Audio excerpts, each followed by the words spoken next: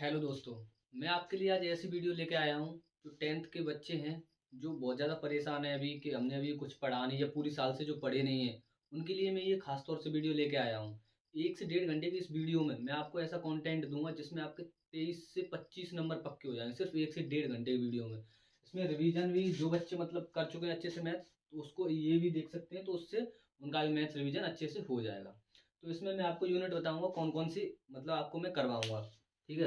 उनका वेटेज भी बताऊँगा कितना होता है एग्ज़ाम में। इसको यूपी बोर्ड या सीबीएसई बोर्ड कोई भी ले सकता है क्लास को। देखो, यूनिट 3 है जैसे मैथ्स में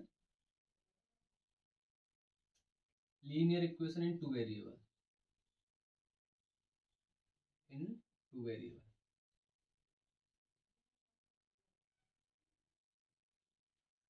और एक है यूनिट 4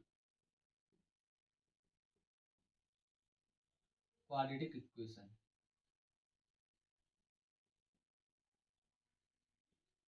इसको हम हिंदी में द्विघात समीकरण भी कहते हैं। द्विघात समीकरण, ठीक है बच्चों। तो लीनियर इक्वेशन को हिंदी में क्या बोलते हैं? दो चर वाले समीकरण। ये हिंदी वाले बच्चों के लिए इस इन दोनों यूनिट का जो वेटेज है वो 18 नंबर का है। सोच लो आप इनका मतलब कितना ज़्यादा इम्पोर्टेंस है हमारे इस एग्जाम्स में, ठीक है। तो इसलिए मैं यूनिट 3 और 4 लूंगा, और एक यूनिट है जो 5 नंबर की है जिसका नाम है आपका 7th यूनिट है, यूनिट 7, निर्देशांक ज्यामिति, कोऑर्डिनेट ज्योमेट्री, जिसे बोलते हैं हम कोऑर्डिनेट ज्योमेट्री, हिंदी में जिसे बोलते हैं निर्देशांक ज्यामिति।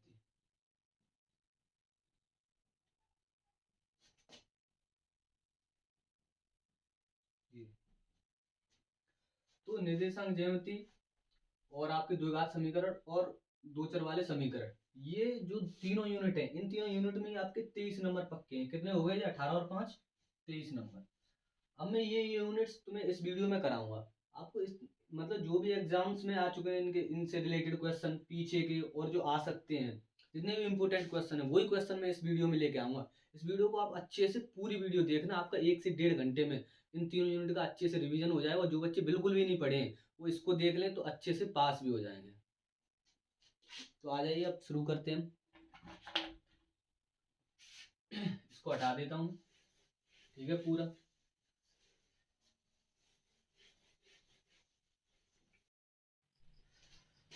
हाँ बच्चों, तो मैं सबसे पहले जो दो मतलब तीसरी यूनिट है दो चर वाले समीकरण में से एक क्वेश्चन लूंगा जो कि 2020 में भी आ चुका है और उससे पहले भी आ चुका है। बहुत इंपॉर्टेंट क्वेश्चन है। मैं पूरा पूरा क्वेश्चन नहीं लिखूंगा, लेकिन जो उससे मेन है वो लिख दूंगा मैं, ठीक है। तो इसमें आपको पी की वैल्यू फाइंड करनी है, ठीक है। पी का मान ज्ञात करना है। Find the value of P, value of P मतलब पी का मान ज्ञात करना है आपको इसमें। उसके लिए ये जो समीकरण दे रखा है वो अद्वितीय है, मतलब जिसका कोई ओनली वन सॉल्यूशन है, ठीक है। यहाँ पे लिख दे रहा हूँ ओनली वन सॉल्यूशन, ठीक है, जिसे बोलते हैं अद्वितीय,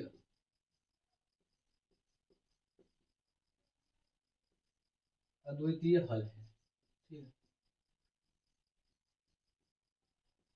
तो इसमें इस वाले क्वेश्चन में क्या करेंगे हम, जो ये समीकरण दे रखे हो कैसे हैं? 4x plus P Y equal to 8, ठीक है, और माइनस का 8 है, सॉरी, और 2x plus 2y equal to -2। ये दो समीकरण दे रखे हैं। अब इसमें हमें पी की वैल्यू फाइंड करनी है और दे क्या रखा है? Only one solution. अब आपने अगर पढ़ा होगा, नहीं पढ़ा है तो देखो। ओनली वन सॉल्यूशन के लिए जो मतलब इक्वेशन होती है वो होती है आपकी a1/a2 is not equal to b1/b2। ये इसमें a1 क्या है? a1 ये रहा, और a2 ये, b1 और b2 ये, ठीक है। तो अब आपको सोल्व करना है, तो इसमें इस फॉर्मूले में बस रख दो। a1 कितना है आपका? 4, और a2 कितना है आपका? 2। यहाँ पे इस नॉट इक्वल टू का मतलब होता है ये इसके बराबर वैल्यू नहीं होनी चाहिए, ठीक है। अब ये कितना है? p है b1 और B2 कितना है 2।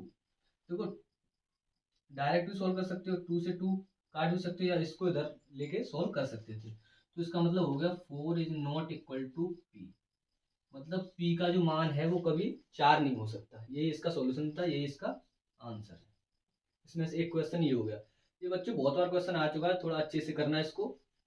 हम अगला क्वेश्चन उठाते हैं। इसमें से इसको मैं हटा देता हूँ, तब तक नोट कर लो आप। कर लिया होगा आप तो नोट आपने, ठीक है। इसको यहाँ से लिया। अब क्वेश्चन 2 है ये। इसमें हमें पहले इक्वेशन बनानी है, वर्ड प्रॉब्लम दे रखी है, फिर हमें सॉल्व करना है। क्वेश्चन क्या दे रखा है, दो संख्याओं का अंतर 26 है। दो संख्याओं का अंतर 26 है। मतलब the difference between two numbers is 26। ठीक है। और एक संख्या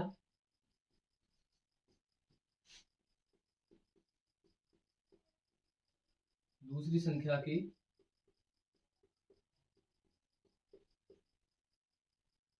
तीन गुनी है। दूसरी संख्या की तीन गुनी है। ये पिछली बार क्वेश्चन आया था आपके बोर्ड में। ठीक है। तो हमें संख्याएं ज्ञात करनी है, तो संख्याएं ज्ञात करो। ठीक है। तो इसमें क्या दे रखा है आपको, सॉल्यूशन करेंगे इसका। तो सबसे पहले तो जो सॉल्व करते हैं हम, उसमें क्या करते हैं, माना कि इनमें से दो दो संख्याएं दे रखी हैं, तो पहली संख्या को हम x माने और दूसरी संख्या को y। तो यहाँ सॉल्यूशन ये रहा। माना कि पहली संख्या x है, क्या है x, और ऐसे ही दूसरी संख्या क्या है y। ठीक है, इतना ही रख लो। इसमें इंग्लिश में लिखेंगे तो इसमें let the first number be x and the second number be y। ठीक है। तो अब सवाल पढ़ते हैं। दो संख्याओं का अंतर, अंतर के लिए हम हमेशा माइनस यूज करते हैं। क्या करते हैं, अंतर के लिए हमेशा हम माइनस यूज करते हैं। मतलब जब इंग्लिश में आए डिफरेंस, तो उसके लिए माइनस यूज करते हैं। तुमने पहली संख्या को क्या माना था, एक संख्या ये x हो गई। ठीक है। दूसरी संख्या को क्या माना है y। तो इन दोनों का अंतर x minus Y equal to कितना है 26। ये आपकी फर्स्ट इक्वेशन होगी, पहला समीकरण बन गया आपका। ठीक है। अब क्या बोल रहा है, और एक संख्या दूसरी संख्या की तीन गुनी है। अच्छा, एक संख्या दूसरी संख्या की तीन गुनी है।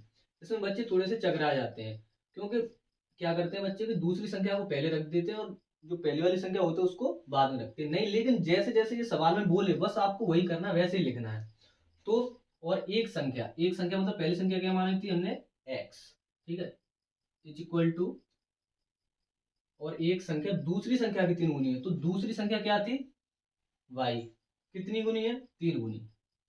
ये रहा। तो ये आपकी सेकंड इक्वेशन। ठीक है। अब इसको सॉल्व करेंगे हम प्रतिस्थापन विधि से, मतलब सब्स्टिट्यूशन मेथड से। तो x की वैल्यू हम समीकरण फर्स्ट में रखेंगे। तो फ्रॉम फर्स्ट एंड सेकंड ऐसे लिख सकते हो, या फिर ऐसे भी लिख सकते हो, समीकरण सेकंड को फर्स्ट में रखने पर तुमने x की वैल्यू, जो जहां पे आपको x दिख रहा है वहां पे 3y रख दो। ठीक है, मैं यहाँ पे सॉल्यूशन कर दे रहा हूँ उसका। तो x की वैल्यू कितना रखोगे यहाँ पे 3y। x की वैल्यू क्यों, x इक्वल टू 3y दे रखा है, तो यहाँ पर भी हम 3y रखेंगे। Minus Y equal to 26। 3y में से y गया तो 2y इक्वल टू 26। इसको इधर फेंकेंगे तो 26/2 कितना आएगा 13। y की वैल्यू कितनी है बेटा 13 आई। अब हमें एक संख्या तो मिलेगी 13 है। अब हमें x की वैल्यू और चाहिए, तो y का मान हम रखेंगे, यहाँ पे लिखेंगे पुट द वैल्यू ऑफ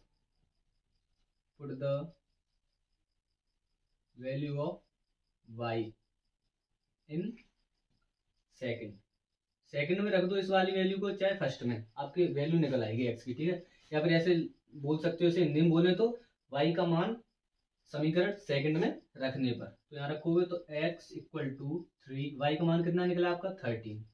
तो 13, तो x की वैल्यू कितनी आएगी 13 3 जा 39, 39 आ जाएगी। ठीक है। तो एक्स की वैल्यू कितनी आ गई, ये आपका ये सॉल्यूशन है। ये पिछले बोर्ड में भी आ चुका है, ऐसे सवालों को थोड़ा अच्छे से देखा करें और कोई गलती ना हो, इसलिए मैंने आपको ऐसे बहुत अच्छे से समझा के किया है, ठीक है।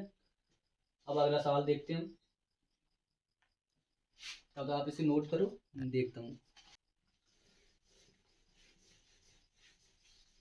जितने भी इम्पोर्टेंट क्वेश्चन है मैंने बस वही अपने आप मतलब छांट के रखे हैं जो आपके लिए बहुत ज़्यादा जरूरी है, ठीक है। इसमें सब जो मैं एक और क्वेश्चन कराने जा रहा हूँ वो बहुत ही ज़्यादा महत्वपूर्ण है, इसको देखना आप, बहुत इंपॉर्टेंट क्वेश्चन है ये। तो इसमें मैं आपको ये पूरा तो लिखूंगा नहीं लेकिन बोल दूंगा, तो उसको समझ लेना थोड़ा।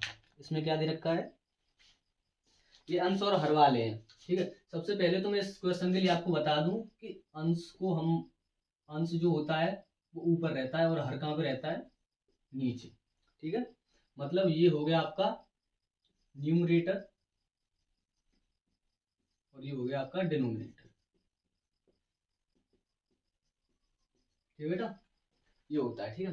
तो इसमें सवाल है, एक भिन्न 1/3 हो जाती है जब उसके अंश में एक घटाया जाता है। एक भिन्न, भिन्न मतलब फ्रैक्शन, द फ्रैक्शन, इसमें आएगा आपका, अगर हम अंश कितना है, पहले तो यहाँ पे बोलेंगे माना कि अंश x है और हर कितना है y, तो भिन्न कितनी हो जाएगी बेटा वैसे, x/y, ये तो हो गई, ठीक है। अब सवाल पढ़ते हैं क्या बोल रहा है, एक भिन्न 1/3 हो जाती है, एक भिन्न 1/3 हो जाती है, समझ रहे इस सवाल को, ठीक है। एक भिन्न 1/3 हो जाती है जब उसके अंश में एक घटाया जाता है। देखो अंश में से कितना घटवा रहा है, पहले यहाँ पे आओ, x-1, तो उसके अंश में से एक घटा दिया गया, ठीक है। और यह 1/4 हो जाती है जब हर में 8 जोड़ दिया जाए। लेकिन आप ऊपर ही जाओ, ऊपर उसने क्या बोला, एक भिन्न 1/3 हो जाती है जब उसके अंश में से एक घटाया जाए। अंश में से तो एक घटा दिया, तो y में तो हमने कुछ नहीं किया, तो y का y ऐसे ही रहने दो। कितना बोला था, कितनी भिन्न हो जाती है, 1/3, ठीक है। इसको सोल्व करेंगे तो 3x-3, ये y, इसको इधर ले आओ तो 3x-y = 3, ठीक है बेटा, ये पहली इक्वेशन बन गई। अब दूसरे में क्या बोल रहा है वो, दूसरे में बोल रहा है और यह 1/4 हो जाती है जब हर में 8 जोड़ दिया जाए। हर में कितना जोड़ दिया जाए, 8, तो अंश तो x ही रहेगा, उसने हर के लिए बोला है, तो हर में कितना जोड़ दें हम, +8, कितनी हो रही है भिन्न, 1/4, तो 1/4 कर दिया। इसे सॉल्व करो, ये हो गया आपका 4x, ये y +8, 4 का मल्टीप्लाई x में 4x और y +8 का मल्टीप्लाई y +8, ठीक है। इसको इधर भेजेंगे तो 4x - y = 8, ये हो गया आपका समीकरण सेकंड। अब पहला समीकरण ये रहा, सेकंड ये रहा, ठीक है। इन दोनों को या तो आप विलोपन विधि से कर लो, प्रतिस्थापन से कर लो, या गुणनखंड विधि से कर लो। तो हम इसे विलोपन विधि से करेंगे, तो विलोपन विधि भी आपकी इसमें रिवीजन हो जाएगी। देखो यहाँ पे जगह मैं यहाँ पे करके दिखा दे रहा हूँ आपको। यहाँ देखो 3x - y = कितना है, 3, और ये कितना है 4x - y = 8। अच्छा, विलोपन विधि जिन बच्चों ने नहीं की है मैं थोड़ा बता दे रहा हूँ उसको, जिसे इंग्लिश में एलिमिनेशन मेथड बोलते हैं। क्या करते हैं, उसमें जो x वाला टर्म है, ठीक है, या फिर अगर y भी आगे होता हो जाता, लेकिन x का जब आगे रखा है तब के लिए क्या करेंगे, जो उसका जो गुणांक दे रखा है, ठीक है, जो उसका कोफिशिएंट दे रखा है उसका मल्टीप्लाई हम पहले सबसे ऊपर वाले में करेंगे, नीचे वाले का ऊपर वाले में, पूरी इक्वेशन में ऊपर वाले का नीचे वाले में मल्टीप्लाई, ठीक है। ये तो किया होगा बच्चों ने, फिर भी जो बच्चे मतलब सिर्फ इसी पे निर्भर है तो इसलिए मैं आपको बताते चल रहा हूँ, ठीक है। और जो बच्चे जानते हो वो थोड़ा सा स्किप करके भी देख सकते हैं। तो अब 4×3 = 12x, ये 4y हो जाएगा, 4 का मल्टीप्लाई 3 में 12x, 4 का y में करेंगे तो -4y = 4×3 = 12, ठीक है।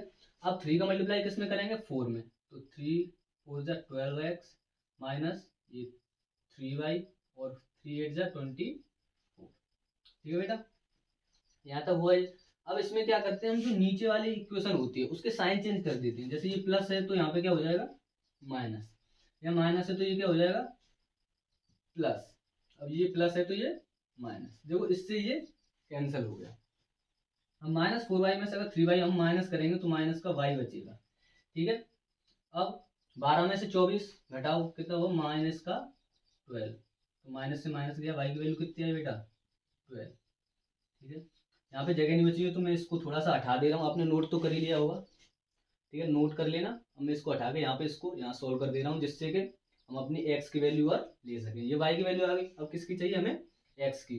देखो जो ये समीकरण दे रखा है, फर्स्ट में रख लो x की वैल्यू, वो सॉरी y की वैल्यू, ये समीकरण सेकंड में, किसी में भी रख सकते हो आप, और उससे आपको x की वैल्यू मिल जाएगी। तो मैं इसे यहाँ से हटा दूँ, इस इक्वेशन को हम यहाँ पे लिख लेते हैं जिससे हमें याद रहे, 3x minus Y equal to 3, ये समीकरण फर्स्ट था हमारा, ठीक है। इसको हटा दे रहा हूँ। अब आपको क्या लिखना है, y का मान, या put the value of y, put the value of y in equation first, या तो फर्स्ट में रख लो या सेकंड में, उससे कोई फर्क नहीं पड़ने वाला। y का मान समीकरण फर्स्ट में रखने पर, तो समीकरण फर्स्ट कितना दे रखा है, 3x माइनस, तो y की जगह कितना रखना है हमें, 12, तो 12 इक्वल टू 3, तो 3x इक्वल टू, ये इधर माइनस का इधर जाएगा तो 3 प्लस 12, तो 3x इक्वल टू, ये कितना हो गया बेटा, 15, तो x इक्वल टू 15/3 कितनी बार, ये 5 बार, तो x की वैल्यू कितनी निकली बेटा, 5। तो इससे हमें जो भिन्न मिली, जो फ्रैक्शन मिला, वो कितना मिला, x upon Y equal to, X की वैल्यू कितनी है 5 और y की वैल्यू कितनी है 12, ये हमारी भिन्न, ये आपका आंसर, ठीक है बेटा। ये भी सवाल मतलब एग्जाम से बहुत ज्यादा रिलेटेड है, ये एग्जाम में आ सकता है, ऐसे सवाल आ सकते हैं, ये नहीं आएगा तो ऐसा ही सवाल आ सकता है। इसलिए मैं बोल रहा हूँ जितने भी मैं सवाल करवा रहा हूँ उनको अच्छे से ढंग से, और जहाँ कहीं भी अगर कोई गलती दिखे या कुछ भी हो तो कमेंट जरूर कर देना बेटा, ठीक है। अभी और मैं सवाल करवा रहा हूँ, इसी में से एक सवाल और है, तीसरे का ही, जितने भी इंपॉर्टेंट है वही करवाऊंगा मैं बस आपको, ठीक है। इसको मैं हटा दे रहा हूँ, नोट कर लिया हो तो कर लो थोड़ा सा,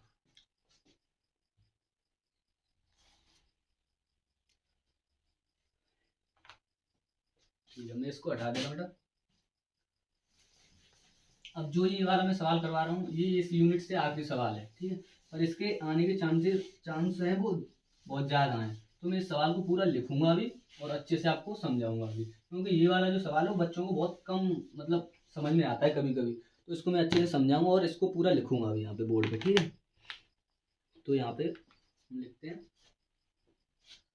क्वेश्चन है आपका, 2 अंकों से बनी एक संख्या, कुछ बच्चे तो समझ गए होंगे कौन सा सवाल है, एवं उसके अंकों को पलटने पर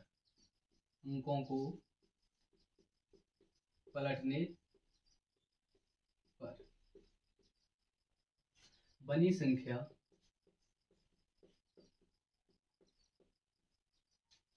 का योग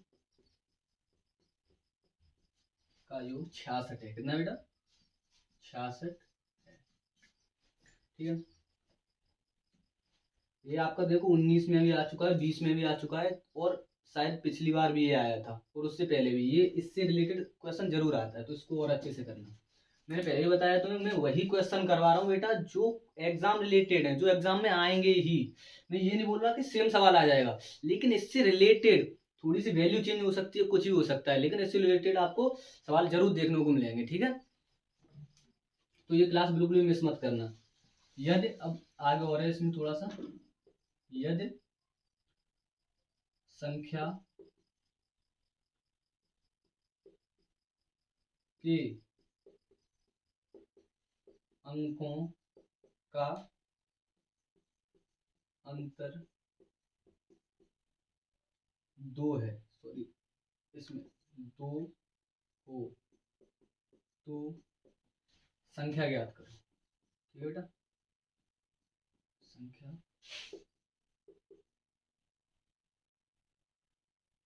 ज्ञात करो। थोड़ा मेरा हिंदी का राइटिंग वैसा है तो थोड़ा समझ लेना बच्चों, जो चीज़ समझ नहीं आए उसे देख लेना, ठीक है। तो इस सवाल को अच्छे से पहले पढ़ो और फिर समझो, क्या बोल रहा है ये सवाल, ठीक है। मैं इसको बहुत अच्छे से कराऊंगा, देखना आप, जैसा मैं लिखूँ वैसा ही आपको भी देखना है। इसमें क्या बोल रहा है, दो अंकों से बनी एक संख्या, दो अंकों से बनी एक संख्या, दो अंकों, बेटा अंक जो होते हैं ना, जैसे मैं आपको थोड़ा एग्जांपल दूं तो अंक ये होते हैं 1 2 3, ऐसे तो अंक होते हैं। अगर हम इनमें से इन्हें जोड़ दें या मिला दें इनको, जैसे हम 1 और 2 से मिली संख्या 12 बनती है, तो ये संख्या हो गई और ये क्या दे रखे हैं, अंक। तो क्या बोल रहा है, दो अंकों से बनी एक संख्या, दो अंकों से बनी एक संख्या एवं उसके अंकों को पलटने पर, एवं उसके अंकों को पलटने पर बनी संख्या का योग 66 है।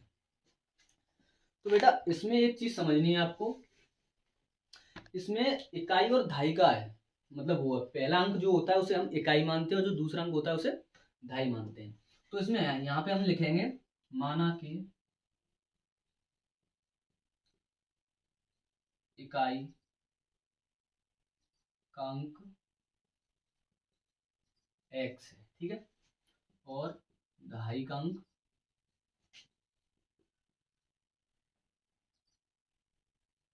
यहाँ पे ऐसे डायरेक्ट लिख दो y है, ठीक है, ये माना हमने। लेकिन हमें पता है इकाई और दहाई में क्या होता है, इकाई का तो अकेला सिंगल ही रहता है, लेकिन दहाई वाले में हम 10 का मल्टीप्लाई करके चलते हैं, तो एक पहला हुआ x और दूसरा हुआ 10y, ठीक है। ये x और y मानते हैं, लेकिन दहाई वाले अंक में हम 10 का मल्टीप्लाई करके चलते हैं क्योंकि वो दहाई का अंक है, ठीक है ना।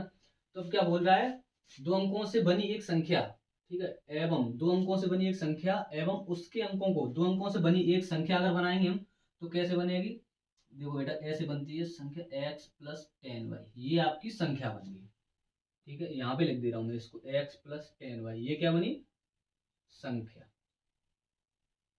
ये अंक थे और इनसे मिलकर जो संख्या बनी वो क्या बनी, ये x प्लस 10y, ठीक है। अब दो अंकों से बनी एक संख्या एवं उन उसके अंकों को पलटने पर, उसके अंकों को पलटने पर, अगर पहले संख्या हमने x प्लस 10y मानी है, ठीक है बेटा, अब इसके अंक पलट दिए जाए मान लो संख्या के, तो उसका योग बोल रहा है ना, बनी संख्या का योग 66 है, तो योग के लिए क्या करेंगे, यहाँ पे प्लस लगा दो बीच में। अब वो अंक पलटवा रहा है, जब जब बोले अंक पलट दे या परस्पर बदलने पर, उसके लिए आपको यही वाला क्वेश्चन करना है। तो इसमें x के साथ 10 का मल्टीप्लाई कर देना है और प्लस y, मतलब जो इकाई का अंक है वो दहाई का अंक बन जाएगा और जो दहाई का अंक है वो इकाई का अंक बन जाएगा। योग कितना दे रखा है बेटा, 66।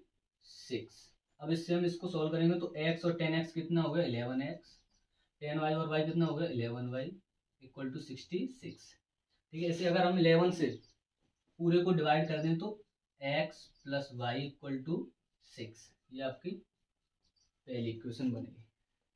बेटा इसको अच्छे से समझना, ठीक है, अगर समझ में नहीं आया तो थोड़ा कमेंट कर देना या फिर इसको दोबारा से वीडियो को देखना, मैंने क्या बोला आपसे एक बार और फिर से समझा दे रहा हूँ मैं, तो पता है इसमें बच्चों को थोड़ी दिक्कत होती है।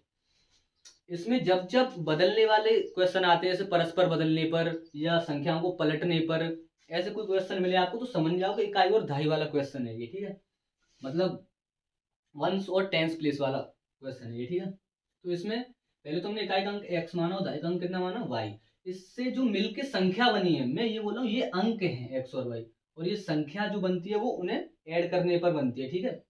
तो x प्लस दहाई के अंक में 10 का मल्टीप्लाई 10y, ये संख्या बन गई आपकी, ठीक है। अब उसने संख्या, वो सवाल बोल रहा था दो अंकों से बनी एक संख्या, ये एक संख्या बन गई दो अंकों से मिलके, ये वाली। अब उसको ही पलटने पर, उसी संख्या को पलटने पर, तो जो x था वो 10x हो जाएगा क्योंकि जो इकाई था वो दहाई का अंक बन जाएगा और जो दहाई का था वो इकाई का अंक बन जाएगा, तो 10x प्लस वाई, इसी का योग इन दोनों का इक्वल टू 66 है। इसको सॉल्व किया हमने, तो ये पहली इक्वेशन। अब आगे सवाल में क्या बोल रहा है, यदि संख्या के अंकों का अंतर, देखो यहाँ बोल रहा है संख्या के अंकों का अंतर, किसका अंतर, अंकों का। तो अंक क्या माने, हमने पहला x माना था और अंतर के लिए मैंने पिछले सवाल में बताया था माइनस लगाते हैं, माइनस वाई इक्वल टू 2, ये आपका क्या हुआ, सेकंड इक्वेशन बन गई, दूसरा समीकरण, ठीक है बेटा। तो अब इसको हम सॉल्व करेंगे, यहाँ पे कर दे रहा हूँ सॉल्व, ये पहला ही और सेकंड है, तो इसको और इसको साथ में रखेंगे तो हम x plus Y equal to 6 और इसको इधर नीचे रखेंगे तो x minus Y equal to 2। इसको विलोमन विधि से या एलिमिनेशन मेथड से सॉल्व करेंगे तो देखो इसमें आपको मल्टीप्लाई करने की जरूरत नहीं पड़ेगी, क्योंकि इसका जो कोफिशिएंट या गुणांक है वो 1 है, इसका भी कोफिशिएंट या गुणांक 1 है, तो इसमें हमें कुछ करने की जरूरत नहीं है, डायरेक्ट आप साइन चेंज कर दो, सोल्व हो जाएगी। ये प्लस है तो ये माइनस, ये माइनस है तो प्लस, ये माइनस, इससे ये कटेगा, ये कितना बचा बेटा 2y, ये कितना बचा 4। अगर मैं इसको सोल्व करूं तो 2y इक्वल टू 4, वाई की वैल्यू कितनी आएगी बेटा 2, 2 से 4 कितनी बार 2 बार, वाई की वैल्यू मिल गई हमें। ठीक है, आपने ये नोट कर लिया होगा। ठीक है, मैं इसको हटाने जा रहा हूँ और हम x की वैल्यू निकालेंगे इनसे। अब इस y की वैल्यू कुछ नहीं करना हमें, अब y की वैल्यू क्या करना है इसमें, या मतलब इस वाली इक्वेशन में इसमें रख देंगे। ठीक है, इसको मैं हटा दे रहा हूँ बेटा ऊपर से, ये ठीक है हटा दिया।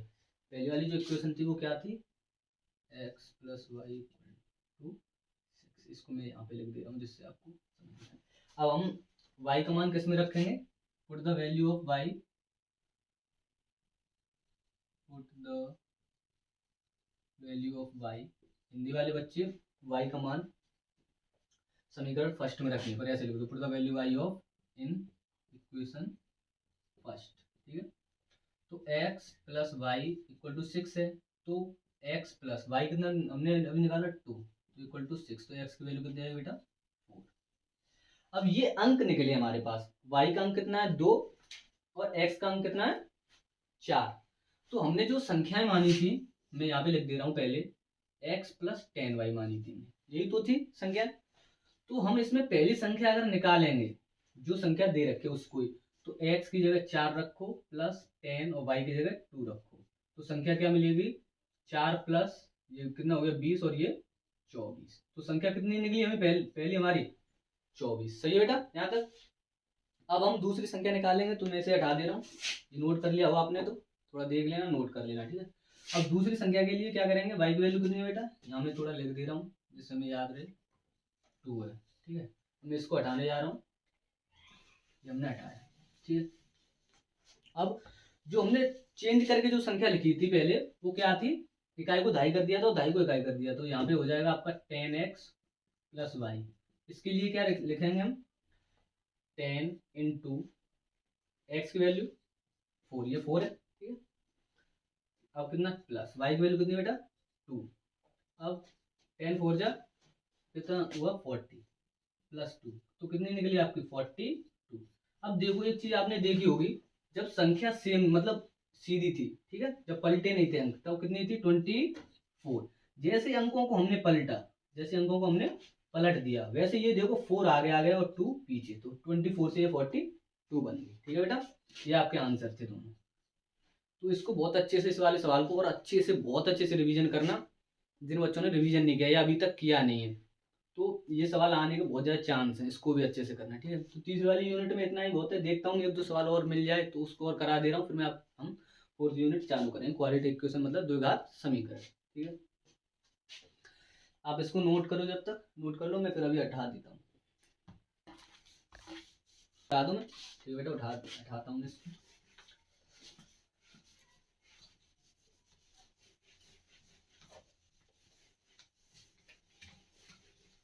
ये लीनियर इक्वेशन का लास्ट सवाल है, मतलब दो चर वाले समीकरण का लास्ट सवाल है, इसमें से आपको जरूर फंस जाएगा। ठीक है, जो मैंने आपको कराया है, बस इतना कर लोगे आप, आपके 20 से 23 नंबर पक्के हो जाएंगे, जैसे ही मैं आपको पूरी वीडियो ये प्रोवाइड करा दूंगा वैसे ही। ठीक है, इसी में आपको सब कुछ करा दूंगा। तो ये क्वेश्चन क्या दे रखा है इसमें, निम्नलिखित समीकरण युग्म को रैखिक समीकरणों के युग्म में बदलकर हल कीजिए। देखो ये जो समीकरण दे रखे हैं आपको, 5/x माइनस 1 है, सॉरी, ठीक है, plus 1/y minus 2 equal to 2, ये पहला दे रखा है। और दूसरा आपको दे रखा है 6/x minus 1 minus 3/y minus 2 equal to 1। ठीक है, ये दो समीकरण मतलब ये युग्म दे रखे हैं। ठीक है, समीकरण युग्म दे रखे हैं, तो इनको हमको रैखिक समीकरण में चेंज करके तब x और y की वैल्यू निकालनी है। ठीक है, तो अब इसमें क्या करेंगे हम, इसको करने के लिए मैं आपको एक तरीका बताता हूँ, जो क्या करेंगे यहाँ पे लेट माना, या लेट का मतलब माना ही होता है, माना देखो यहाँ से 5 को अगर मैं इधर कर दूं तो ये 1/x-1 रह जाएगा, अगर मल्टीप्लाई में रख दें तो लेट 1/x-1 इक्वल टू मान लो आप ए, क्या मान लो ए, ठीक है बेटा। और यहाँ पर 1/y-2 को क्या मान लो आप बी, ठीक है, ये हमने मान लिया। अब यहाँ पे इन दोनों की जगह पे ए और बी पुट कर दो ऊपर। इस वाले में अगर पुट करते हैं हम, पहले इस वाले को सोल्व करेंगे, ठीक है, इसको बाद में करेंगे। तो 5 तो हमारा मल्टीप्लाई में था, तो 5 यहाँ पे ऐसा ही रहेगा। अगर मान लो इस वाले 5 को, चलो रहने दो, यही बता दे रहा हूँ, ये ऐसे ही तो, इसको हम ऐसे भी तो लिख सकते हैं 1/x-1, और इसको कैसे लिख सकते हैं, ये तो है ही 1/y-2 इक्वल टू 2, आपके लिए जिससे आपको समझ में आया है। तो 1/x-1 क्या माना था हमने ए, तो 5a प्लस 1/y-2 क्या माना था बी, तो b इक्वल टू 2, ये आपका रैखिक समीकरण बन गया, मतलब लीनियर इक्वेशन बन गई है। तो पहला समीकरण, ठीक है बेटा। अब दूसरे के लिए, ये हमने पहला बना लिया, अब दूसरे के लिए आओ, यहाँ पे करा दे रहा हूँ ये। तो इसको कैसे लिखोगे आप, 6 ब्रैकेट में x-1 माइनस 3 को थोड़ा आगे ले आए हम, तो 1/y-2 इक्वल टू, ये करोगे तो हमने, अब देखना थोड़ा सवाल को, ठीक है बेटा। 6 1/x-1 क्या माना था ए, तो ये कितना हो जाएगा 6a, माइनस 1/y-2 क्या माना था बी, तो ये 3 है, 3b इक्वल टू 1, ये बन गया आपकी सेकंड इक्वेशन, ठीक है बेटा। अब ये चाहे एलिमिनेशन मेथड से करो, चाहे सब्स्टिट्यूशन से कर लो, चाहे क्रॉस मल्टीप्लिकेशन मेथड से, मतलब चाहे विलोपन, प्रतिस्थापन या गुणनखंड विधि से, किसी से भी कर लो, ठीक है। तो हम, ये छोटी इक्वेशन है तो इसको हम विलोपन से ही करते हैं, सरल पड़ती है वो। तो सॉल्व करेंगे तो यहाँ पे इन इक्वेशंस को लिख लो, 5a plus B equal to 2, 6a minus 3b equal to, अगर हम इसे, मैंने बताया था तुम्हें विलोपन विधि में क्या करते हैं, ए के मतलब जो यहाँ पे दे रखा होगा उसके गुणांक का मल्टीप्लाई ऊपर वाले में, और यहाँ पे जो नंबर दे रखा है उसका मल्टीप्लाई नीचे वाले समीकरण में। तो 6 5 जा 30, ठीक है, प्लस 6b इक्वल टू 6 2 जा 12, ठीक है बेटा। यहाँ पे इसको मैं आगे लिख दे रहा हूँ जिससे आपको समझ में आ रहा है। यहाँ पे इसका मल्टीप्लाई अगर इसमें करते हैं तो 30a plus 6b equal to 12, इसका इसमें मल्टीप्लाई करेंगे तो 30a माइनस 5 3 जा 15b इक्वल टू 5 1 जा 5, ये बन गया आपका। सॉल्व करेंगे तो यहाँ पे माइनस लगाओ, या माइनस है तो प्लस लगाओ, 15 और 6 21b इक्वल टू, इसे माइनस करेंगे तो 7, ठीक है। तो b की वैल्यू बेटा यहाँ से कितनी आएगी 7/21, और हम इसे इससे काटेंगे तो 1/3, ठीक है। तो b की वैल्यू कितनी मिली हमें, b इक्वल टू 1/3। अब किसकी वैल्यू चाहिए हमें, a की। अब b का मान इसमें रख देते हैं हम फर्स्ट में, ठीक है, जगह नहीं है यहाँ पे तो मैं डायरेक्ट बता दे रहा हूँ, आपको लिखना है b का मान समीकरण फर्स्ट में रखने पर, या फिर put the value of b in equation first. तो यहाँ रखेंगे हम 5a प्लस b का मान कितना है 1/3 इक्वल टू 2। अब इसको पूरे को उधर भेज दो वैसे डायरेक्ट, तो 2 माइनस 1/3, ठीक है। इसको मैं अगर सॉल्व करूँगा तो 5a इक्वल टू 3 2 जा 6 माइनस 1/3, ठीक है। अब 3 का मल्टीप्लाई डायरेक्ट इधर कर दो, या फिर इसको इधर ले आना, तो ऊपर यहाँ 6 में से बन गया तो 5, तो 3 5 जा 15a इक्वल टू, ये कितना बचा बेटा 5, ठीक है। इसको इधर नीचे ले आओ, जगह नहीं बची है, थोड़ा देख लेना बेटा। अगर हम 15 को 5 से काटेंगे तो 1/3 आएगी, कितनी आएगी 1/3, ए की वैल्यू भी कितनी आई 1/3 और बी की वैल्यू भी 1/3 आई। लेकिन यहाँ पे ये सवाल खत्म नहीं हुआ अभी, ये हमें ए और बी की वैल्यू मिली है, ठीक है। तो जो युग्म समीकरण दे रखे थे उसमें हमको एक्स और वाई की वैल्यू भी तो चाहिए। तो अब क्या करना है आप लोगों को, ये यहाँ तक नोट कर लो पहले, फिर मैं बताता हूँ आपको। ए और बी की वैल्यू उठा के आपको यहाँ पे रखनी है, ठीक है, जो हमने माना था। One upon x minus one equal to a है तो ए की वैल्यू यहाँ रखेंगे, one upon y minus two equal to b है तो बी की वैल्यू यहाँ पे, इससे हमें एक्स और वाई की वैल्यू दोनों मिल जाएंगे। इसको थोड़ा नोट कर लो, फिर मैं आपको कराता हूँ आगे।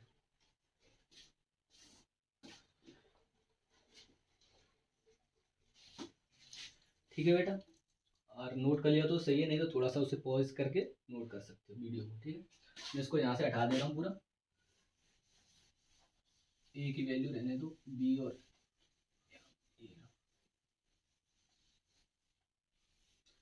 इतना छोड़ते हैं।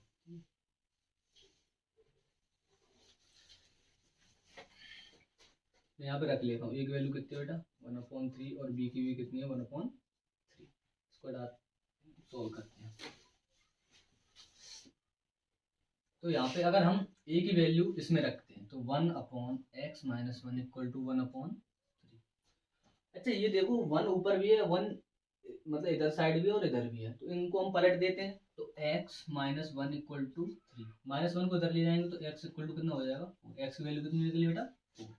अब इसके लिए b की वैल्यू रखो 1/y माइनस 2 इक्वल टू 1/3, इसको पलट दो तो y माइनस 2 इक्वल टू 3, इसको इधर ले जाओगे तो y की वैल्यू कितनी निकली 5।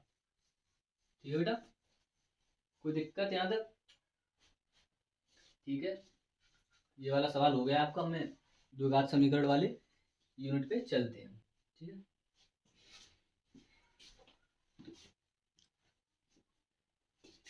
अब द्विघात समीकरण के आपके क्वेश्चंस। बेटा इसको थोड़ा स्किप कर लिया करना, कोई दिक्कत नहीं। थोड़ा मैं सोच रहा हूँ कि वीडियो मतलब कटे ना, इसलिए थोड़ा सवाल डायरेक्ट ही देख के मतलब यहाँ पे क्वेश्चन देख के करा देता हूँ मैं आपको। थोड़ी देर यहाँ पे तब तक नोट करूँ, मैं देखता हूँ कोई सवाल। अब आगे द्विघात समीकरण स्टार्ट करेंगे, क्वाड्रेटिक इक्वेशन।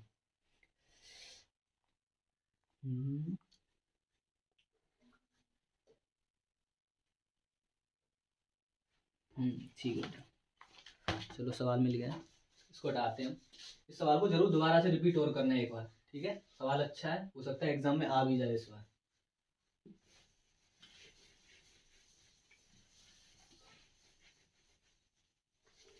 ये मान लो बेटा आपके ये 9 से 10 नंबर पक्के हुए इन क्वेश्चंस में। ठीक है,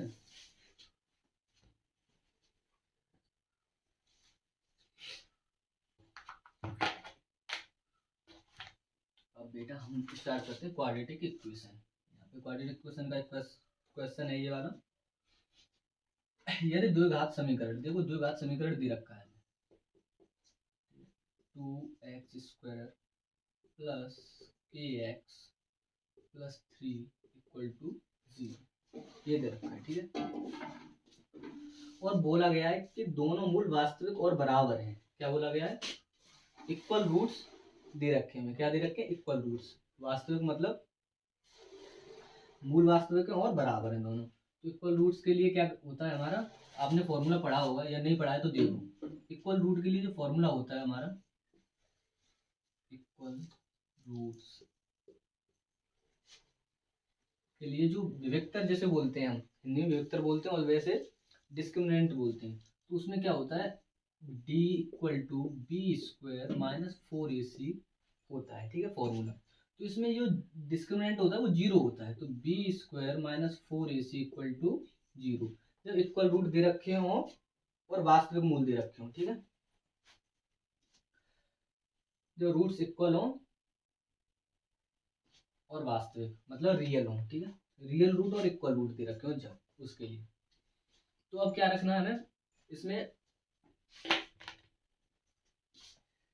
और इसमें ही बता दे रहा हूँ, इक्वल रूट और जब रियल दे रखे हो तो ये है। जब काल्पनिक मूल दे रखे हो आपको, ठीक है, काल्पनिक मूल के लिए क्या होता है बेटा, उसके लिए इक्वेशन होती है इसमें, ये तो इक्वल टू 0 के बराबर होती है। काल्पनिक में क्या होता है आपका, जिसे बोलते हैं वो b² माइनस 4ac, तो 0 से छोटा होता है। क्या होता है, ये काल्पनिक में होता है ऐसा। ठीक है बेटा, और एक और होता है जैसे बोलते हैं हम वास्तविक मूल ही बोलते हैं, जो कि बड़ा होता है, जो जिसमें इक्वल रूट्स नहीं होती लेकिन। ठीक है, उसमें होता है b² माइनस 4ac, एक 0 से वैल्यू बढ़ी आती है, वास्तविक मूल होता है। ठीक है, वास्तविक और इक्वल रूट बोले तब तो 0 के बराबर, काल्पनिक बोले तब 0 से कम माइनस में वैल्यू आएगी, और जब अकेला वास्तविक मूल बोले तो 0 से ज़्यादा वैल्यू आएगी। ठीक है बेटा, इसको मैं हटा दे रहा हूँ। पहले अभी सवाल पे चलते हैं यहाँ पे। तो B square minus 4 equal to 2 दे रखा है। तो बी क्या है इसमें, ये रहा। ए क्या है, ये, और सी ये है। तो यहाँ पे रख दो इसमें फॉर्मूले में।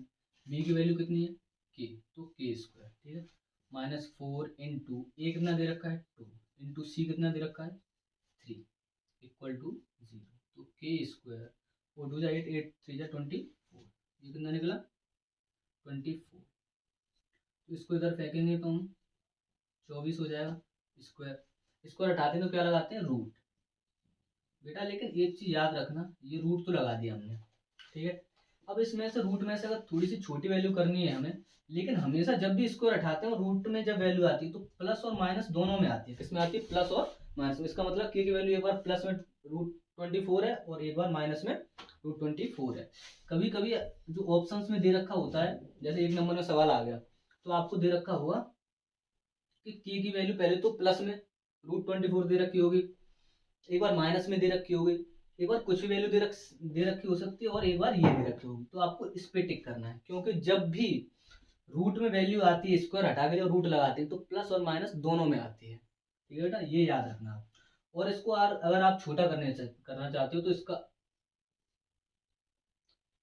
ये कर ले, आप गुणनफल कर ले। जैसे ये 12, ये 2r, ये 6, ये 2, ये 3 और ये 3।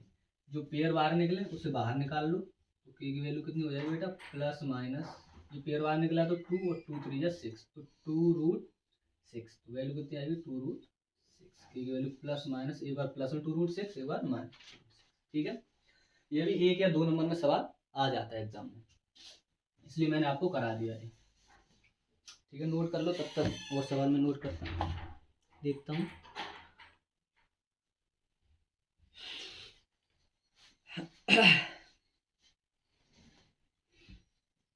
ये सवाल भी बेटा आपका आ चुका है पिछली बार, 2020 में भी आ चुका है और 21 में भी आ चुका है ये सवाल। ठीक है, अब मैं इसको हटा रहा हूँ।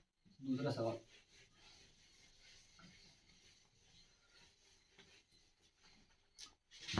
अब सवाल दे रखा है आपका बेटा,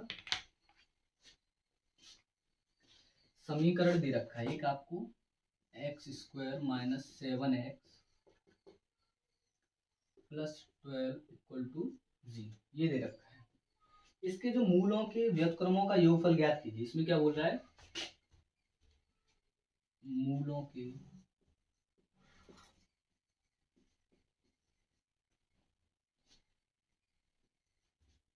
व्युत्क्रमों का योगफल ज्ञात कीजिए, योगफल ज्ञात कीजिए। अच्छा, व्युत्क्रम का मतलब क्या होता है बेटा, व्युत्क्रम का मतलब होता है उल्टा, मतलब रेसिप्रोकल। इंग्लिश में बोले तो रेसिप्रोकल जो होता है।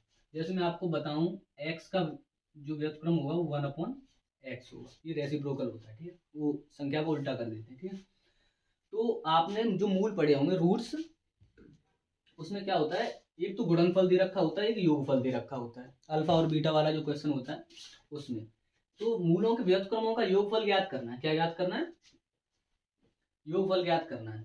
ठीक है, तो पहले हमें ये पता है, पहले सब आपको वो याद होना चाहिए, मूलों के व्युत्क्रमों का योगफल क्या होता है। व्युत्क्रम तो हम अभी निकाल नहीं रहे, पहले योगफल ही पता होना चाहिए। तो alpha plus beta equal to, ये होता है योगफल मूलों का। ठीक है, मूलों का योगफल होता है जिसका फॉर्मूला होता है alpha plus beta equal to minus b upon a, जिसमें यहाँ 1 है, यहाँ पे इसे मानेंगे हम ए, इसे बी और इसे सी, पहला फॉर्मूला। और गुणनफल ये तो हो गया सम ऑफ रूट्स, ठीक है, या फिर योगफल,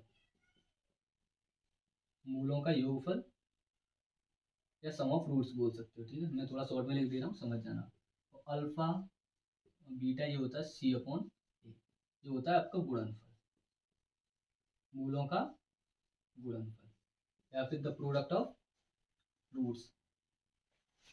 ठीक है, ये फॉर्मूला होता है जो आपके लिए इन क्वेश्चंस में काम आएगा सबसे पहले। अब हमसे पूछा क्या जा रहा है, ये तो हमें फॉर्मूले पता चल गए। मूलों के योग, मूलों के व्युत्क्रमों का योगफल, तो मूलों के व्युत्क्रम ये हो गया 1/अल्फा, प्लस उनका योगफल 1/बीटा, ये पूछा जा रहा है हमसे। क्या पूछा जा रहा है बेटा? इसको पलट के हमको इसका योगफल निकालना है, लेकिन हमें बस ये फॉर्मूला दे रखा है, ठीक है। तो इसको कैसे निकालेंगे? पहले अल्फा और बीटा की वैल्यू हो तो ये हम निकाल सकते हैं इससे। तो अब इससे आगे हम चलेंगे तो यहाँ पे अगर मैं इसे हटा दूं ये अब alpha plus beta equal to minus B कितना दे रखा है बेटा? देखो माइनस यहाँ पर भी है, माइनस यहाँ पर भी है, तो ये 7 1 का मतलब 1 ही, ए की वैल्यू 1 है तो 1, तो यहाँ पे 7 अल्फा प्लस बीटा कितना निकला बेटा? 7। और alpha into beta equal to c upon a, c कितना दे रखा है? 12 और ए 1 है तो उसका कोई मतलब नहीं, ठीक है। तो यहाँ पे अब हमें योगफल भी मिल गया और गुणनफल भी मिल गया। अब क्या करोगे आप? इसमें इन दोनों का समीकरणों को सॉल्व कर दो, इन दोनों को सॉल्व करो, ठीक है। क्या करेंगे हम? इसको फर्स्ट मान लो ऐसे और इसको second, from first and second, from first and second, पहले और सेकंड से। तो इसमें क्या करना है आप लोगों को? इससे डिवाइड कर देना, आपको इस वाली इक्वेशन को इससे डिवाइड करना है, ठीक है। या फिर यहाँ पे लिख सकते हो डिवाइडिंग फर्स्ट बाई सेकंड, तो alpha plus beta upon alpha beta, ठीक है बेटा। अल्फा प्लस बीटा कितना था? 7 अपॉन अल्फा बीटा कितना है? 12, ठीक है। अगर मैं इन दोनों को अलग अलग लिखूं, इन दोनों को मैं अलग अलग लिखूं, जैसे अल्फा अपॉन अल्फा बीटा, अब देखो इसको सोल्व करते हैं हम, तो alpha upon alpha beta plus beta upon alpha beta, ठीक है, इक्वल टू 7/12। तो अल्फा से अल्फा गया, ठीक है, बीटा से बीटा, यहाँ कितना बचा? 1/बीटा अपॉन 1/अल्फा, सॉरी प्लस 1/अल्फा। तो यहाँ लिखेंगे हम, ये इसी जैसा बन जाएगा 1/बीटा प्लस 1/अल्फा इक्वल टू 7/12। चाहे आप इसको आगे रख लो या इसको पीछे रख लो, उससे तो कोई दिक्कत नहीं, क्योंकि वो ऐड लगा हुआ है बीच में, मतलब प्लस का साइन है, तो इसको आप सीधा करके भी लिख सकते हो। तो इसकी वैल्यू कितनी निकली आपकी? 1/अल्फा प्लस 1/बीटा इक्वल टू 7/, ये आपका आंसर, ठीक है बेटा, सही है। नोट कर लो तब तक आप, एक क्वेश्चन और मैं लिखता हूँ जब तक।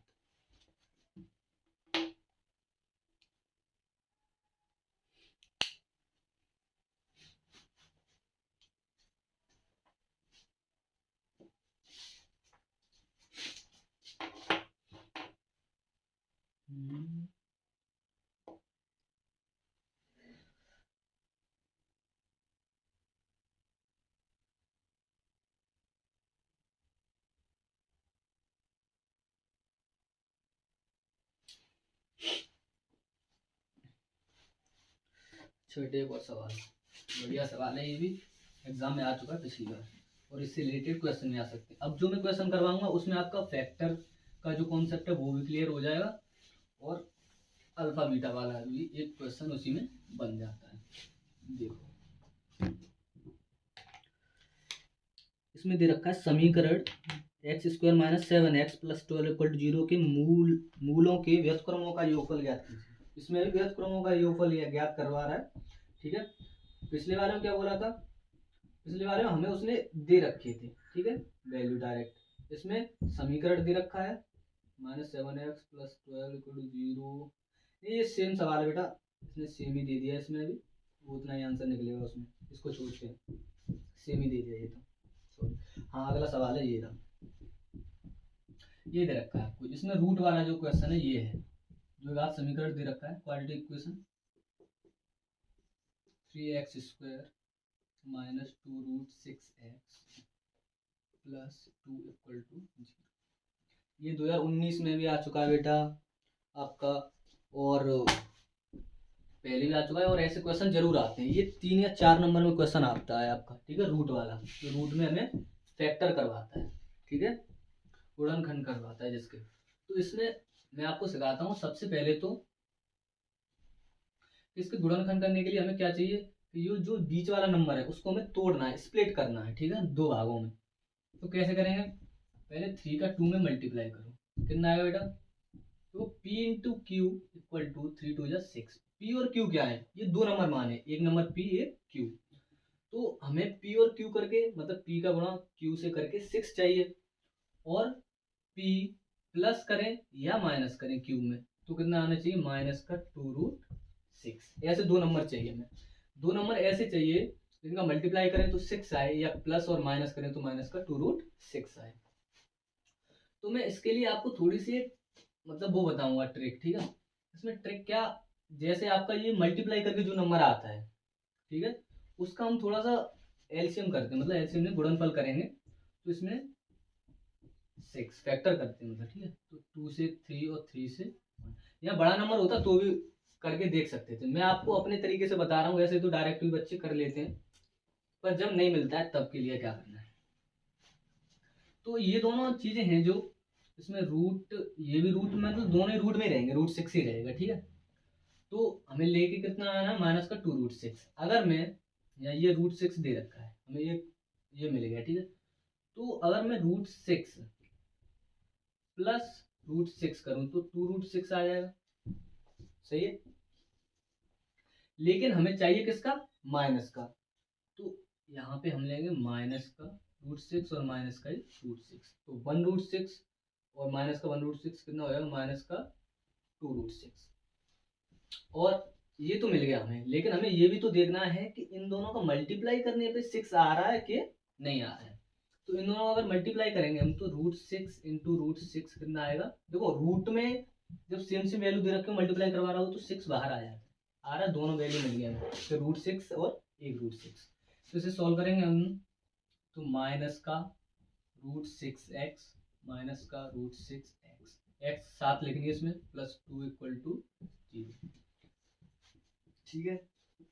अब इसमें हम कॉमन लेंगे, सबसे पहले इन दोनों नंबर में से कॉमन, फिर इन दोनों में से। अब देखो इसके पास 2x है, इसके पास 1x है, तो x तो हम कॉमन ले लेंगे, ठीक है, x तो कॉमन आ जाएगा। लेकिन अब बात आती है कि 3 और √6 में से कॉमन कैसे लिया जाए। अच्छा एक बात बताओ मुझे, 3 को आप कैसे लिख सकते हो, 3 को आप ऐसे लिख सकते हो क्या, √3 इंटू √3, नहीं लिख सकते, लिख सकते हैं ना। और √6 को कैसे लिख सकते हैं, अभी हमने फैक्टर किया था, और इन दोनों को अलग अलग लिखे हम, तो √2 और √3 दोनों को लिख सकते हैं कि नहीं, √2 इंटू √3 लिख सकते हैं, सही बेटा। तो ये √6 बन जाएगा, ठीक। तो एक दे रखा है आपको ये, तो √3 है, और ये √6 को कैसे लिख सकते हैं, √2 इंटू √3। मैंने आपको ये वाले क्वेश्चन इसलिए, ये वाले जो है सॉल्यूशन इसलिए दिखाया है आपको, जिससे आपको कॉमन लेने में दिक्कत ना हो, यहाँ पे बच्चों को दिक्कत हो जाती है। तो हमारे पास नंबर ये बन गए, देखो इनमें से क्या कॉमन है आपके पास। लाइट चली गई है तो थोड़ा बच्चों देखना दिख रहा है कि नहीं, मैं थोड़ा वीडियो चेक कर लूँ आ रहा है कि नहीं।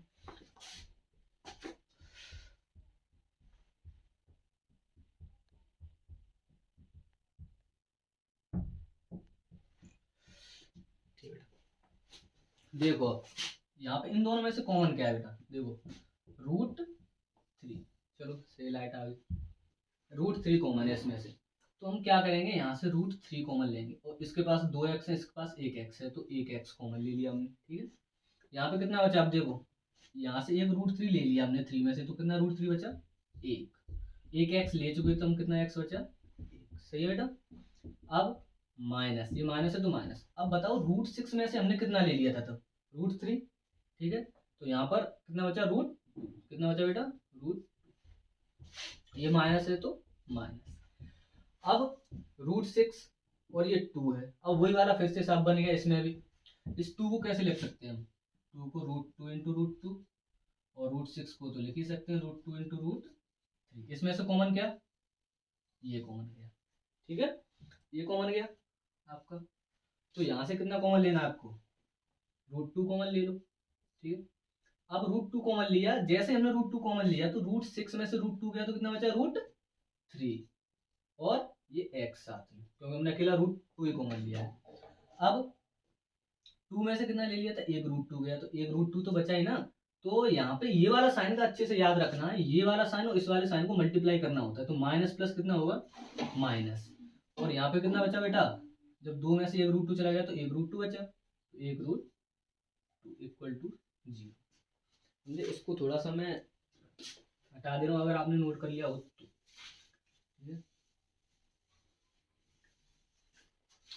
एक बार फिर से बता दूंगा मैं इसको, जिससे बच्चों को अच्छे से समझ में आ जाए। ये कॉमन के लिए मैंने इतना मतलब झमेला पा रहा है जिससे आपको अच्छे से समझ में आ जाए। वैसे डायरेक्ट भी हम ले लेते हैं, पर बच्चों को अच्छे से समझ में आए इसलिए मैंने ये तरीका बताया है आपको कॉमन लेने का, जिससे बच्चे कभी रूट वाले सवाल में दिक्कत ना हो, इसलिए मैंने ये बताया है ऐसे। और सबसे जो मेन बात होती है फैक्टर्स में, मतलब गुणनफल में, वो ये होती है जो ब्रैकेट में नंबर आते हैं वो हमेशा बराबर आते हैं। अगर बराबर नहीं आते हैं आपके तो समझ जाना आपका फैक्टर गलत है। क्या है आपका फैक्टर गलत। तो रूट 3x माइनस रूट 2 इस फैक्टर में भी और रूट 3x माइनस रूट 2 इस फैक्टर में, मतलब हमारा फैक्टर बिल्कुल सही आया है। तो इन दोनों में से एक कॉमन उठा लेंगे हम, रूट 3x माइनस रूट 2, ठीक है। और इन इसको और इसको मिला के लिख देंगे, तो root 3x minus root 2 equal to 0। देखो दोनों ही जो फैक्टर निकले हैं वो सेम ही है। तो एक बार इसको 0 के बराबर रख दो, एक बार इसको 0 के बराबर, तो root 3x minus root 2 equal to 0। तो रूट 3x यही रह जाएगा, रूट 2 को उधर फेंकेंगे तो प्लस का रूट 2 हो जाएगा, इसको नीचे ले आओ तो x equal to root 2 upon root 3। इसको ऐसे भी लिख सकते हो, x equal to under root 2 upon 3। एक ये वैल्यू मिली आपको x की, और एक और यही मिलेगी आपको, ये भी सेम है ये भी सेम है। तो root 3x minus root 2 equal to 0, इसको इधर फेंको, ये रूट 2 इसको नीचे लेके आओगे तो अंडर रूट में 2 अपॉन 3। ठीक है बेटा, दोनों वैल्यू आपको मिलेगी। देख लेना अच्छे से, दोबारा से देख लेना इसको, अगर फैक्टर आप, अगर ये तरीका आपको अच्छा लगा हो तो इससे करना, या फिर अपने तरीके से भी कर सकते हो तुम। ठीक है, ये फैक्टर जो मैंने आपको कराया है वो बोर्ड में एक फैक्टर का जो क्वेश्चन है वो जरूर देता है, यूपी बोर्ड हो या सीबीएसई बोर्ड हो, दोनों में कुछ ना कुछ आपको जरूर देता है। एक रूट का जो क्वेश्चन है वो जरूर देगा आपको फैक्टर। ठीक है, 3 से या 4 नंबर से, एक 4 नंबर में देता है आपको, तो इसको अच्छे से देखना, उसको नोट कर लो आप।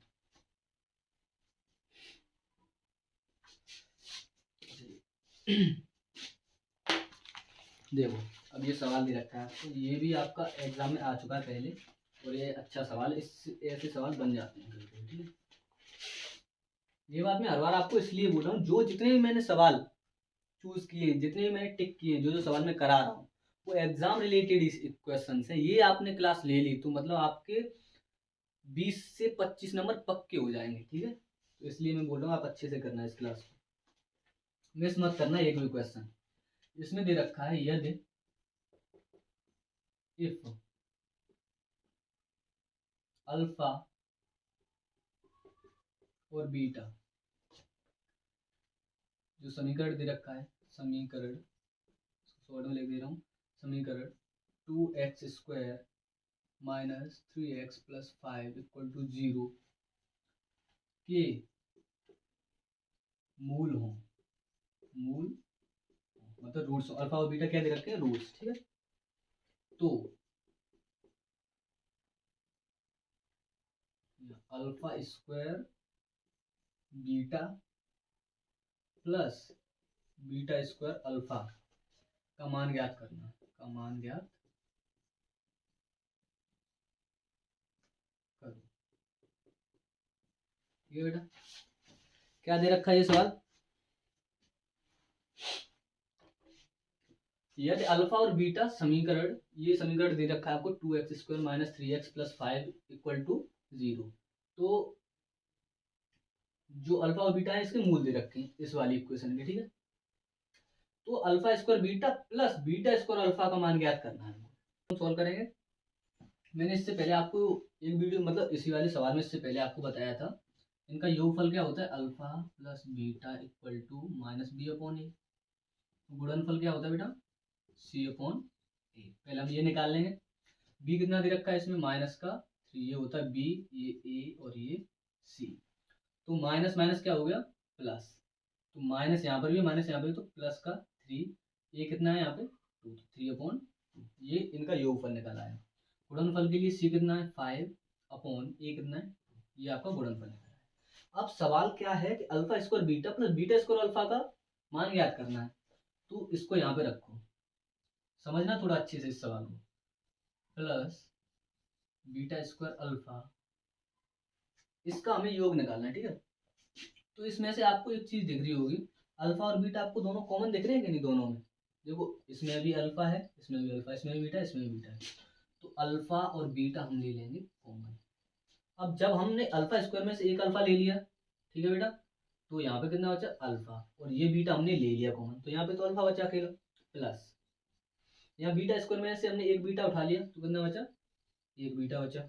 यहाँ अल्फा हमने ले लिया था, तो ये अब देखो ये क्या बन गया, ये गुणनफल बन गया कि नहीं, अल्फा बीटा गुणनफल बन गया, और अल्फा प्लस बीटा योगफल बन गया। तो हमें दोनों की वैल्यू दे रखी है, अल्फा बीटा कितना है 5/2, अल्फा प्लस बीटा 3/2। इसको सोल्व कर दो बस, सिंपल। अल्फा बीटा कितना बेटा 5/2, अल्फा प्लस बीटा 3/2। इसका मल्टीप्लाई अगर इसमें करेंगे तो 5 3 जा 15/4, ये आपका आंसर। इसमें कोई दिक्कत हुई? ये ऐसे सवाल बच्चों को घुमा देते हैं, वो सोचते हैं अब हम क्या करें इसमें, लेकिन ये कितना कितना इजी सवाल बन गया। बस थोड़ा सा आपको दिमाग लगाना है अपना, इसमें से कॉमन उठाना है और ये ऐसा बना देना, इसका गुणनफल और योगफल यहाँ पे वैल्यू रख देनी है, बस सिंपल। और ये सवाल करना है आपको, नोट करो, ये अच्छा सवाल है बहुत। जो मैं सवाल लिखने जा रहा हूँ वो सवाल बेटा पिछली बार भी आया है और ज्यादातर आता ही रहता है, और वो 6 नंबर में और आता है। यूपी बोर्ड में तो पिछली बार 6 नंबर में आया था, सीबीएसई में भी आ जाता है। शायद ये एनसीईआरटी में भी सवाल दे रखा है, इतना याद नहीं है मुझे, पर शायद दे रखा है। ठीक है, ये कैसे दे रखा है, समीकरण दे रखा है, आपको वो हल करना है डायरेक्ट। ठीक है, 1/x+4 - 1/x-7 = 11/30। ठीक है, इसको सॉल्व करेंगे तो x का मल्टीप्लाई इसमें करेंगे तो x-7, ये माइनस है। ये चीज एक याद रखना बेटा कि हम x+4 का जब भी इसमें मल्टीप्लाई करें तो इसको ब्रैकेट में रख लेना, ठीक है, जिससे ये माइनस का जो है बाद में हम मल्टीप्लाई कर सके। तो x+4 अपॉन x का x में करोगे x², x का 7 में करोगे तो -7x, 4 का x में करोगे तो प्लस का 4x, और 4 7 या 20 = 11/30। ठीक है, अब मैंने बताया था माइनस का पहले से मल्टीप्लाई कर दो, तो x-7 माइनस का x माइनस का 4 में करोगे तो माइनस का 4। ठीक है, अपॉन 7x में से 4x गया तो माइनस का 3x -28 = 11/30। ठीक है, x से x कट गया, माइनस का 7 और माइनस का 4 माइनस का 11 अपॉन x² -3x -28 = 11/30। अच्छा, इसमें थोड़ा सा वो करने के लिए, कैलकुलेशन को इजी करने के लिए हम क्या करेंगे, देखो ऊपर भी 11 है और इक्वल के इधर भी 11 है, तो इस चीज से काट देंगे। यहाँ पे कितना बचेगा, -1 बचेगा। कितना बचेगा यहाँ पे -1, तो ये बचा आपका -1 अपॉन x² -3x -28, और यहाँ पर कितना बचा 1, तो 1/30। सही है बेटा, अब इसको इधर फेंक दो और इसको इधर, या फिर डायरेक्ट भी पलट सकते हो, लेकिन मैं फेंक के करता हूँ जिससे बच्चों को अच्छे से समझ में आए। 30 का मल्टीप्लाई इसमें करेंगे तो माइनस का 30 इक्वल टू, इसको पूरी इक्वेशन को इधर ले जाएंगे तो सेम ही रहेगी, 1 का मल्टीप्लाई करना है, x² -3x -28। सही बेटा, यहाँ तक। अब इसको इधर ले जाओ, माइनस का है तो उधर जाएगा, किसका हो जाएगा प्लस का, x² -3x माइनस का 28 प्लस का 30 = 0। 28 30 में से 28 गया तो कितना बचा 2, तो x² -3x + 2 = 0। अब इसका फैक्टर करना है आपको। ठीक है, फैक्टर कितना होगा, दो नंबर ढूंढने हैं कि प्लस माइनस करें तो माइनस का 3 आए और मल्टीप्लाई करें तो 2 आए। तो इसमें आपको मिलेंगे 2 और 1। अगर 2 का मल्टीप्लाई 1 में करते हैं तो 2 आएगा, लेकिन माइनस का 2 लेना पड़ेगा और माइनस का 1, क्योंकि माइनस माइनस कर मल्टीप्लाई करते हैं तो 2 आएगा। और इन दोनों को प्लस करेंगे तो -1 और -2 कितना हो जाएगा, माइनस का। तो आपको ये दो नंबर मिल गए। ठीक है बेटा, तो इसका फैक्टर कर दो, ये तो आसान है काफी। इसका तुरंत फैक्टर करोगे तो x² -x -2x + 2 = 0। x minus का x माइनस का 2x माइनस का 3x होता है, और 1 का और 2 का मल्टीप्लाई करेंगे माइनस माइनस का तो 2 आएगा। ठीक है, दो नंबर मिल गए, इन दोनों में से कॉमन ले लो, इन दोनों में से कॉमन ले लो।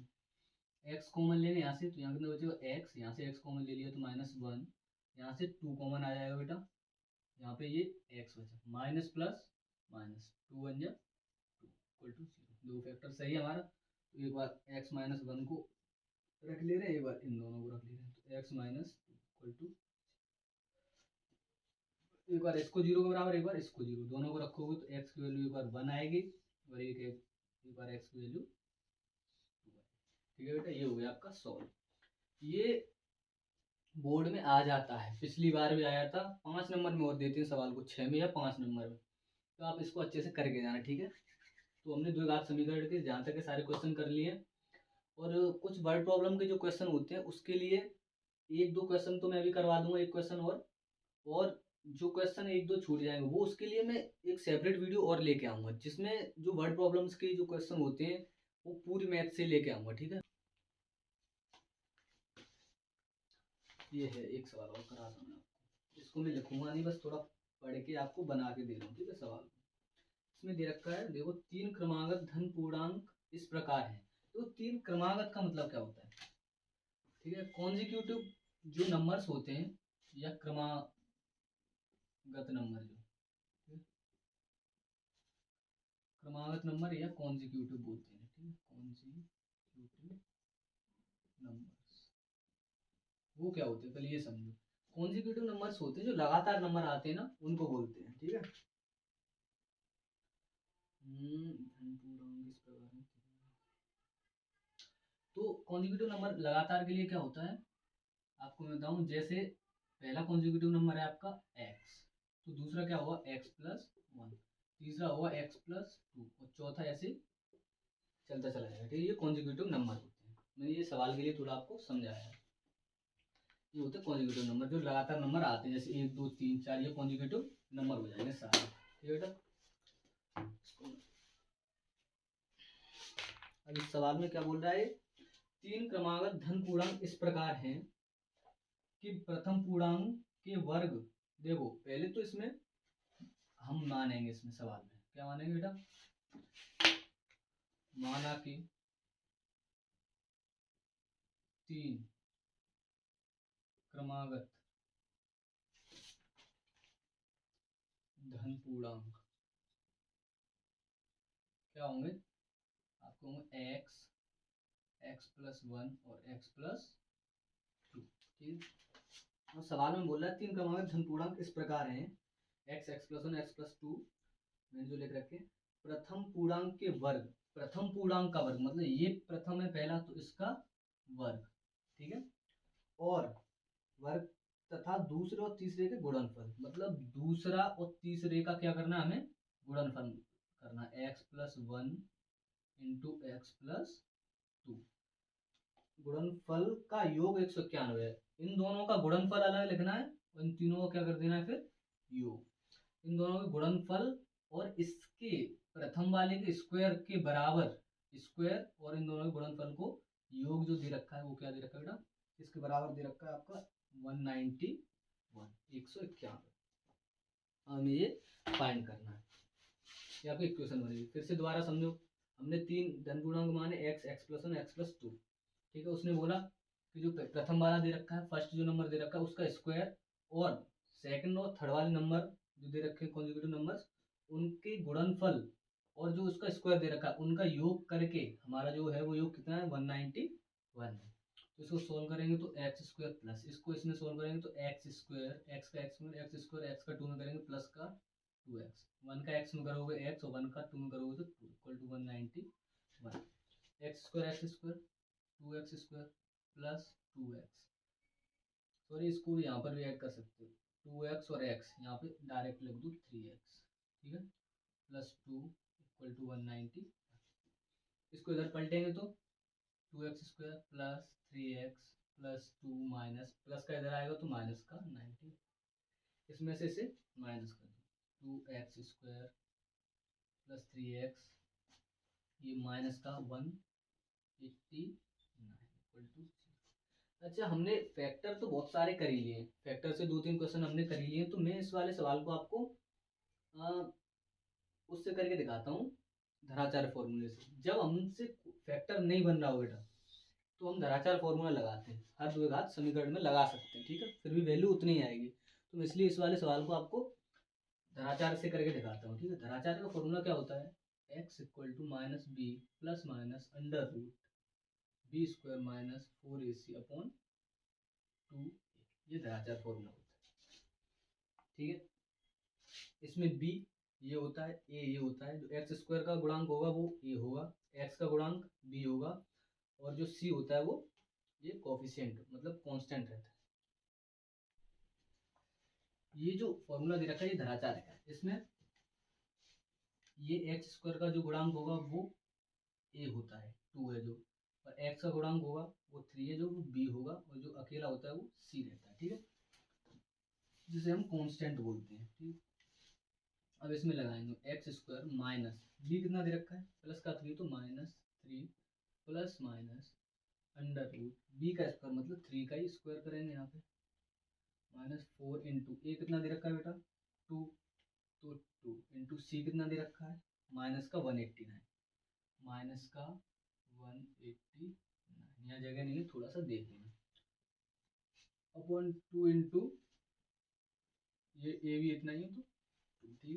इसको सॉल्व करेंगे तो x equal to -3 plus minus under root 3 का स्क्वायर 9, माइनस का माइनस में मल्टीप्लाई करते हैं तो क्या हो जाता है प्लस, 4 2 जा 8, 8 का मल्टीप्लाई किस में करना 189 में, तो 189 में 8 का मल्टीप्लाई कर दें, 8 में 72, 7 8 8 64 और 7 64 और 7 कितने हो जाएंगे बेटा 71, 7 8 8 और 7 ये कितना हुए 1512, सही है। 8 72 7 8 8 64 और 7 71, 7 होती 8 8, ठीक है 1512 अपॉन 2 2 जा 4, ठीक है बेटा यहाँ तक।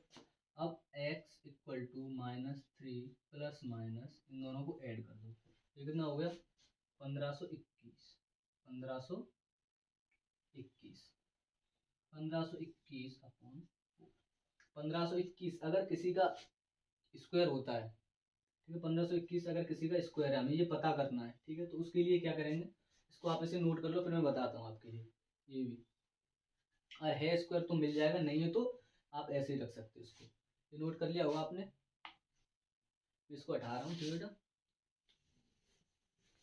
अब हमको पता कैसे करना है ये भी बता दे रहा हूँ मैं इसमें, कि अगर रूट में कोई चीज़ इतनी बड़ी वैल्यू है तो हमें उसका पता करना है कि इसका ये स्क्वायर है कि नहीं है, जिससे हम बाहर लिख सकें उसे, तो 1521 का हम फैक्टर कर लेंगे, ठीक है, ये 1 5 6 और 2 8 और ये 1 9, ये 3 से कट जाएगा, ठीक है, तो 3 से काटेंगे तो ये 5 बार और 0 7 बार, ठीक है, और ये फिर से 3 से 1 और ये 18 और ये 169 बार, ठीक है। अच्छा एक चीज देखो 169 किसका फैक्टर होता है 13 का, तो ये डायरेक्ट हमें पता है ये 13 का फैक्टर है ये हमारे पास, ठीक है, इसका 13 का, और 9 किसका होता है बेटा 3 का, तो ये 3 पेयर निकला, ठीक है, तो 3 13 इंटू 3 कितना हुआ 39, तो ये हमें मिल गया यहाँ पे फैक्टर कितने का, ये 39 का, तो यहाँ पे लिखेंगे x equal to -3 plus minus 39 बाहर आ जाएगा आपका अपॉन 4।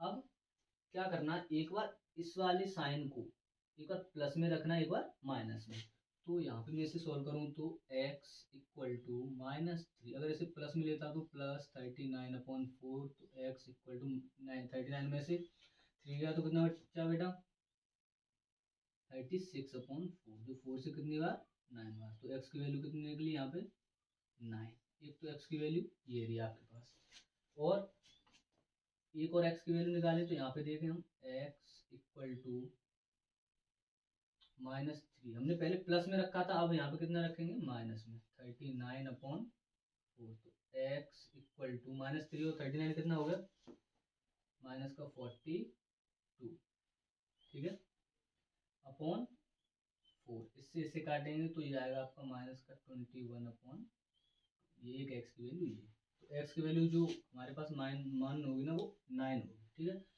अब ये जो प्लस में 9 दे रखा है, आपको ये वाले तीनों नंबर निकालने हैं, ठीक है, तो ये जो x निकला यहाँ से मैं इसे हटा दे रहा हूँ, x की वैल्यू 9 निकली, प्लस वाली हम वैल्यू लेंगे तो इसमें तीनों क्रमागत धन पूर्णांक निकालने हैं, तो ये 9 इस x की रखते जाओ बस, ये 9 पहला 9 और 1 10 और 9 और 2 ये लो तीनों नंबर ये थे, ठीक है, बस क्वाड्रेटिक इक्वेशन यही तक थी। इन दोनों यूनिट से आपके ये मान लो 15 नंबर पक्के हो गए। एक दो सवाल और छूट गए, वो मैं एक वीडियो और लेके आऊंगा, जैसे एज वाले सवाल हो गए, मतलब उम्र वाले, और एक और है सवाल उसमें ट्रेन वाला, और एक दो सवाल और हैं, वो 4-5 सवाल की मैं अलग से वीडियो बनाऊंगा, एक 8 से 10 मिनट की या 15 मिनट की, उसमें लेके आऊंगा। वैसे ही आपका 15 जो है, इतना वेटेज है जो 15 नंबर का पक्का हो गया है। 3 नंबर के और रहेंगे इनमें से, वो मैं कराऊंगा। अब मैं 7वीं यूनिट कराने आ रहा हूँ इसमें से, ठीक है बेटा।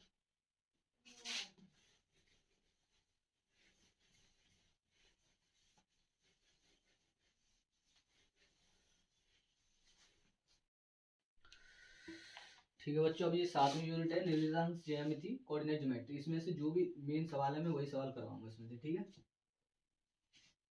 इसमें दे रखा है, जैसे एक बिंदु दे रखा है एक्स वाई बिंदु, यह यदि बिंदु एक्स वाई बिंदुओं, ये वाले बिंदु दे रखे हैं 3,6 एंड क्या दे रखा है आपका -3,4 से समदूरस्थ हैं, से समदूरस्थ है, ये दे रखे हैं आपके समदूरस्थ, समदूरस्थ दे रखे हैं, मतलब इक्वी डिस्टेंस, आपने पढ़ा होगा इक्वी डिस्टेंस, ठीक है बेटा। तो इक्वी डिस्टेंस वाला एक क्वेश्चन जरूर आता है एग्जाम में, समदूरस्थ वाला। तो इसमें बोल रहा है एक्स और वाई की वैल्यू फाइंड हमें करनी है, ठीक है। तो इसको कैसे सोल्व करेंगे हम, देखो अब इसे मैं थोड़ा सही से ले दूँ। तो इक्वी डिस्टेंस का फॉर्मूला, मतलब जो क्वेश्चन है तो कैसे सॉल्व करते हैं। सबसे पहले हम जो सॉल्व करने का तरीका क्या करेंगे, एक लाइन बनाएंगे, ठीक है। ये x वाई यहाँ पे रखेंगे, और 2 नंबर क्या दे रखे हैं 3,6, और ये दे रखा है -3,4, ठीक है बेटा। इक्वी डिस्टेंस का मतलब ये है कि ये वाला पॉइंट यहाँ से यहाँ तक की दूरी और यहाँ से यहाँ तक की दूरी, इन दोनों पॉइंट की दूरी बराबर है इस पॉइंट के लिए, ठीक है। तो इसमें सबसे पहले क्या करते हैं, इसको मानो a, इसको मानो b, और इसको मान लो आप p, ठीक है। इक्वी डिस्टेंस बोल रहा है तो हमें समझ में आ रहा है कि दोनों जो उस पॉइंट से जो दोनों पॉइंट है, उन दोनों पॉइंट की दूरी है वो बराबर है, ठीक है। तो इसको लिखेंगे A P equal to B P, A P equal to B P. दोनों तरफ वर्क करने पर, squaring both sides, squaring both sides, दोनों तरफ वर्क करने पर, तो इसके ऊपर वर्ग लगा दें तो A P square equal to B P square. हमें पता है डिस्टेंस का फॉर्मूला जो होता है √x2 - x1 का whole square plus y2 - y1 का होल स्क्वायर होता है, उसके ऊपर रूट लगा होता है ऊपर, तो स्क्वायर लगा दिया तो उससे क्या हो गया, रूट हट गया। तो डायरेक्ट हम फॉर्मूला रखेंगे यहाँ पे x2 - x1 का whole square plus y2 - y1 का होल स्क्वायर। अब इसमें हमने रूट क्यों नहीं लगाया, क्योंकि स्क्वायर हमने लगा रखा है, तो स्क्वायर से रूट हट गया। तो इक्वल टू, इसके लिए पहले ए पी पॉइंट के लिए ये वाला फॉर्मूला लगाया, अब बी पी पॉइंट के लिए लगाएंगे हम। तो x2 - x1 का whole square plus y2 - y1 का होल स्क्वायर, ठीक है। अब यहाँ पे से सॉल्व करेंगे यहाँ पे। तो पहले ये वाला पॉइंट लेते हैं, ठीक है। इसको मान ले रहे हैं हम x1, ये x2, ये y1 और ये y2 फॉर्मूले के हिसाब से, ठीक है। तो x2 - x1 का होल स्क्वायर लगाएंगे, तो यहाँ पे क्या आएगा, x2 कितना दे रखा है x, माइनस x1 कितना दे रखा है 3 का whole square plus y2 - y1 का होल स्क्वायर मतलब y - 6 का होल स्क्वायर इक्वल टू, अब ये वाला पॉइंट लो bp, bp के लिए क्या है, x2 y2 ही रहने दो, कोई दिक्कत नहीं, इसको x1 y1 मान लो तो भी कोई दिक्कत नहीं, आंसर सेम आने वाला है। तो x माइनस माइनस क्या हो जाएगा यहाँ, प्लस x - 1 का होल स्क्वायर मतलब x + 3 का होल स्क्वायर, माइनस माइनस क्या हो गया प्लस। अब यहाँ पे plus y2 - y1 whole square, y क्या है y2 कितना y माइनस y1 कितना 4 का होल स्क्वायर, बेटा यहाँ पे जगह नहीं है तो थोड़ा मैं नीचे लिख दिया, समझ में आया थोड़ा। x - b का होल स्क्वायर मतलब x - 3 का होल स्क्वायर, तो a - b का होल स्क्वायर लगाएंगे तो a square plus b square minus 2ab, ठीक है। प्लस इसमें भी a - b का होल स्क्वायर लेगा, a square plus b square minus 2ab, यहाँ तो सही है बेटा। इज इक्वल टू, ठीक है, इक्वल टू ये वाली अब सोल्व करेंगे हम। क्या होगा, a square plus b square plus 2ab, ये ए प्लस बी का होल स्क्वायर लगेगा इसमें तो 2ab, ठीक है। यहाँ पे प्लस ए माइनस बी का होल स्क्वायर लगेगा, a square minus b square, sorry a square plus b square minus 2ab, 8y, ठीक। अब देखो एक्स स्क्वायर से एक्स स्क्वायर कटेगा, वाई स्क्वायर से वाई स्क्वायर कटेगा, और कुछ है करने के लिए, देखो 9 से 9 कटा बेटा, और कुछ नहीं, तो इसको अब लिखो यहाँ पे -6, इधर की साइड क्या बचा +36 माइनस 12y, अब यहाँ पे क्या क्या बचा 6x प्लस 16 माइनस 8y। तो x को x के पास ले जाओ और y को y के पास। इसमें जो समदूरस्थ ये जो दे रखा है, इसमें आप लोगों को क्या करना है, एक इक्वेशन बनानी है, x और y की वैल्यू तो फाइंड नहीं करनी है, इसमें इक्वेशन बनानी है आपको, ठीक है। इक्वेशन मतलब समीकरण निकालना है, इससे यही दे रखा है, इसमें संबंध ज्ञात करना है। हाँ बेटा, संबंध ज्ञात करना है इस वाले क्वेश्चन में आपको, ठीक है, एक्स और वाई के बीच में। अगर यहाँ पे संबंध नहीं ज्ञात करना होता तो क्या करता, फिर यहाँ पे कोई पॉइंट, एक पॉइंट दे रखा होता, या तो एक्स की वैल्यू देता या वाई की वैल्यू देता, तो उससे पूछता फिर या तो एक्स की वैल्यू निकालो या वाई की वैल्यू निकालो, तो फिर हम करते ऐसे सेम प्रोसेस रहता। लेकिन अब जब संबंध पूछ रखा है तो एक्स और वाई दोनों हैं, तो यहाँ पे संबंध निकालेंगे। यहाँ पे एक्स को एक्स के पास ले जाओ, वाई को वाई के पास, और नंबर को नंबर के पास, तो -6 को उधर ले जाएंगे, तो ठीक है, इन सब नंबर को उधर ही ले चलो, ठीक है। तो 6x, ये इसको उधर ले जाएंगे तो प्लस का 6x हो जाएगा, ये वाला 6x और ये उधर गया तो 6x प्लस, ये माइनस का 8y, तो माइनस का 8y पहले लोगो, ये प्लस का 12y, ठीक है बेटा। अब प्लस का 16 माइनस का 36 इक्वल टू 0, ये प्लस का है तो उधर जाएगा, किसका हो जाएगा माइनस का, 6x 12x, 8y में से 12y गया तो माइनस का, सॉरी प्लस का 4y, क्योंकि 12 में से 8 गया तो 4, प्लस 16 में से 36 गया तो, यहाँ प्लस नहीं आएगा क्योंकि ये बड़ा है ये छोटा, तो 36 में से 16 गया तो माइनस का 20 इक्वल टू 0। अब 4 से इसको डिवाइड कर दो पूरी इक्वेशन को, तो 4 से ये 3x प्लस वाई, और ये 5 बार, तो या तो उधर फेंक दो या मत फेंको, फिर भी 3x प्लस वाई, 5 4 से कितनी बार माइनस का 5 इक्वल टू, ये आपका संबंध बनेगा एक्स और वाई के बीच में। इस 5 को उधर फेंक दोगे तो ऐसे भी लिख सकते हो उसको, इक्वल टू 5, तो 3x plus Y equal to 5, ये आपका संबंध था इनके बीच। तो ये समदूरस्थ का सवाल है, एग्जाम में आया तो आप इसको भी अच्छे से देखें। अब अगला सवाल देखते हैं, इसमें से नोट कर लो जब तक मैं इसे हटा दूं फिर।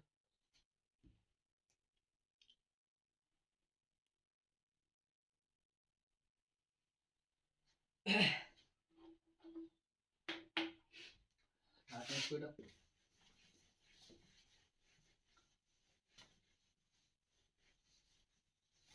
अगला सवाल है, उसमें भी हमें संबंधी ज्ञात करना है, ठीक है। उसमें लेकिन आपको दे रखा है क्या, एक्स और वाई में एक संबंध ज्ञात कीजिए यदि बिंदु बिंदु दे रखे हैं आपके एक्स कॉमा वाई और 1,2 और आपका दे रखा है 7,0, जो कि संरेखी है, क्या है संरेखी,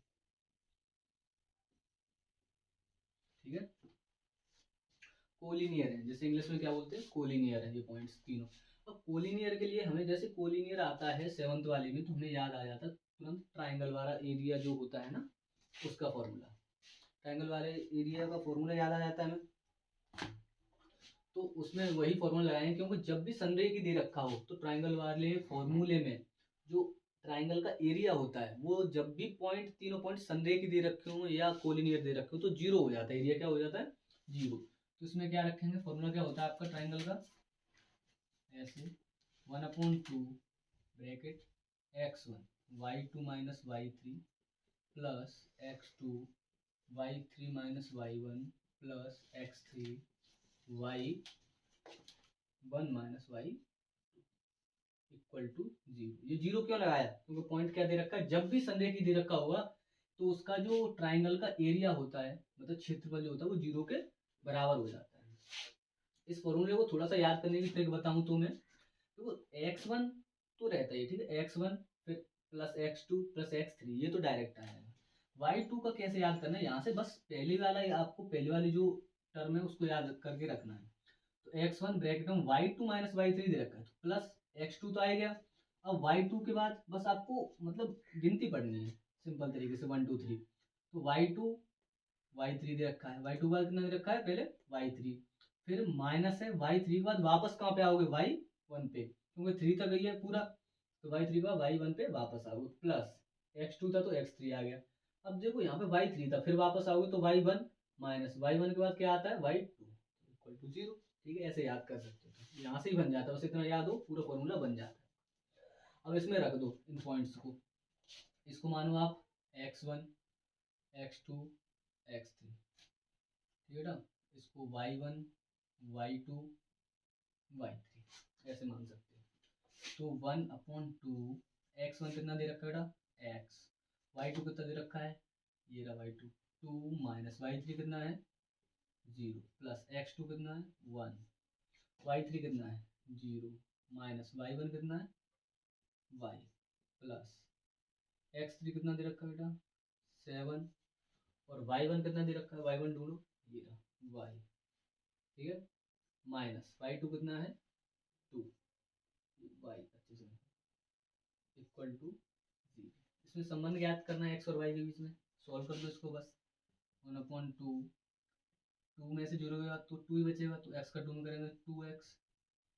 अब 0 में से माइनस y जाएगा तो माइनस का y बचेगा, तो माइनस y का मल्टीप्लाई अगर 1 में करेंगे तो माइनस का y, ठीक है, प्लस यहाँ पे 7 का y में करोगे तो 7y, 7 का 2 में करोगे तो 7 2 या 14 इक्वल टू 0। तो 2 इसके पास पूरे के पास मल्टीप्लाई होता हुआ आ रहा है, तो इसको 2 को यहाँ पे फेंकोगे तो वो 0 खत्म।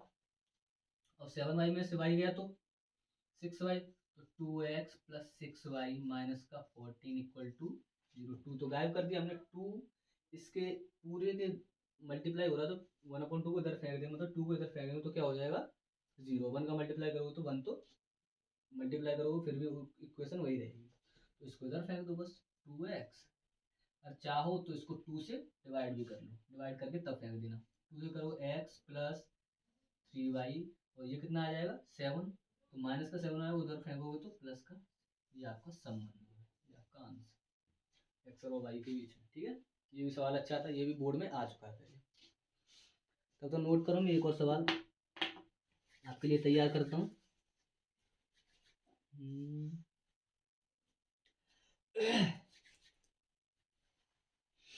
चलो बेटा, एक और सवाल है बढ़िया सा।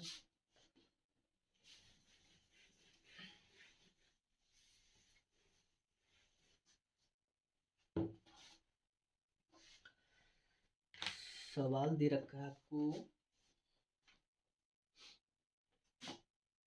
y का मान ज्ञात करना है इसमें, ठीक है, जिसके लिए बिंदु P 2, -3 और Q T 10, y के बीच की दूरी इतनी है। ठीक है, देखो y का मान ज्ञात करना है, y क्या है ये ज्ञात करना है। बिंदु दे रखे हैं आपको, P दे रखा है 2, -3 और Q दे रखा है आपको 10, y, और दूरी कितनी दे रखी है, दूरी दे रखी है आपको यहाँ पे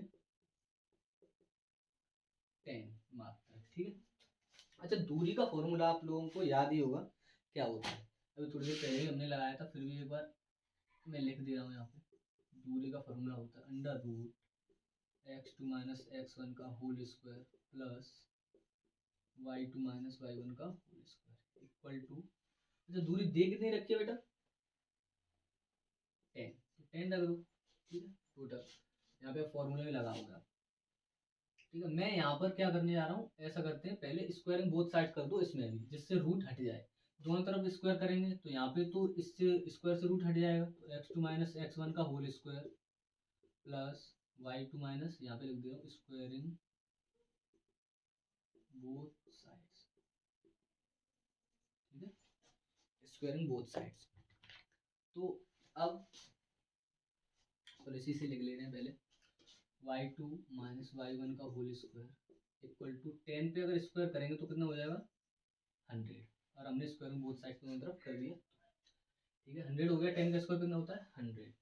अब इसमें फॉर्मूले में जो जो वैल्यू दे रखी है उसको मान लो। ये क्या है, x1, ये y1, ये x2, ये रख दो। x2 कितना है 10 माइनस x1 कितना है 2 का होल स्क्वायर प्लस y2 कितना दे रखा है बेटा y माइनस y1 कितना है माइनस माइनस प्लस, माइनस का 3 रखा है तो प्लस का 3 हो जाएगा होल स्क्वायर इक्वल टू 100। इसको सॉल्व कर दो। 10 में से 2 गया 8, 8 का स्क्वायर 64, ए प्लस बी का whole square a square plus b square plus 2ab, 3 2 जा 6 मतलब 2ab इक्वल टू,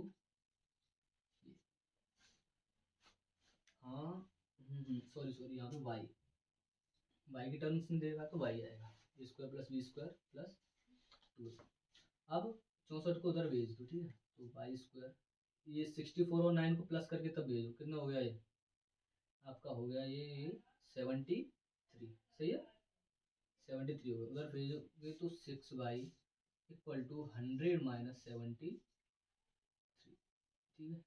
ये कितना बचा वाई स्क्वायर प्लस 6y, इसमें से इसे हटाएंगे तो माइनस का 20, सॉरी प्लस का 27 बचेगा, माइनस का 27 जब इधर लेके आएंगे तब, तो अब कितना हो गया ये Y square plus 6y minus का 27 इक्वल टू 0।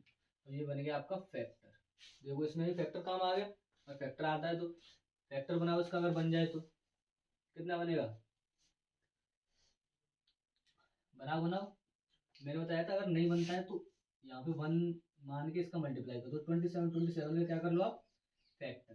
3 से ये कितनी बार बेटा 3 9 जा, ये 3 से 3 और 3 से 3 ये 1, 3 3 जा 9 और 3, 9 में से 3 गया तो कितना बचा 6, ठीक है, 9 में से 3 गया तो कितना बचा 6, और 9 का मल्टीप्लाई अगर हम 3 में करते हैं तो 27 आएगा। तो कितना लेंगे हम वाई स्क्वायर मतलब 9 माइनस 3 लेंगे, ठीक है, तो 9 का मल्टीप्लाई माइनस के 3 में करें तो माइनस का 27, 9 में से 3 गया तो 6 प्लस का 9y माइनस का 3y माइनस 27 इक्वल टू 0।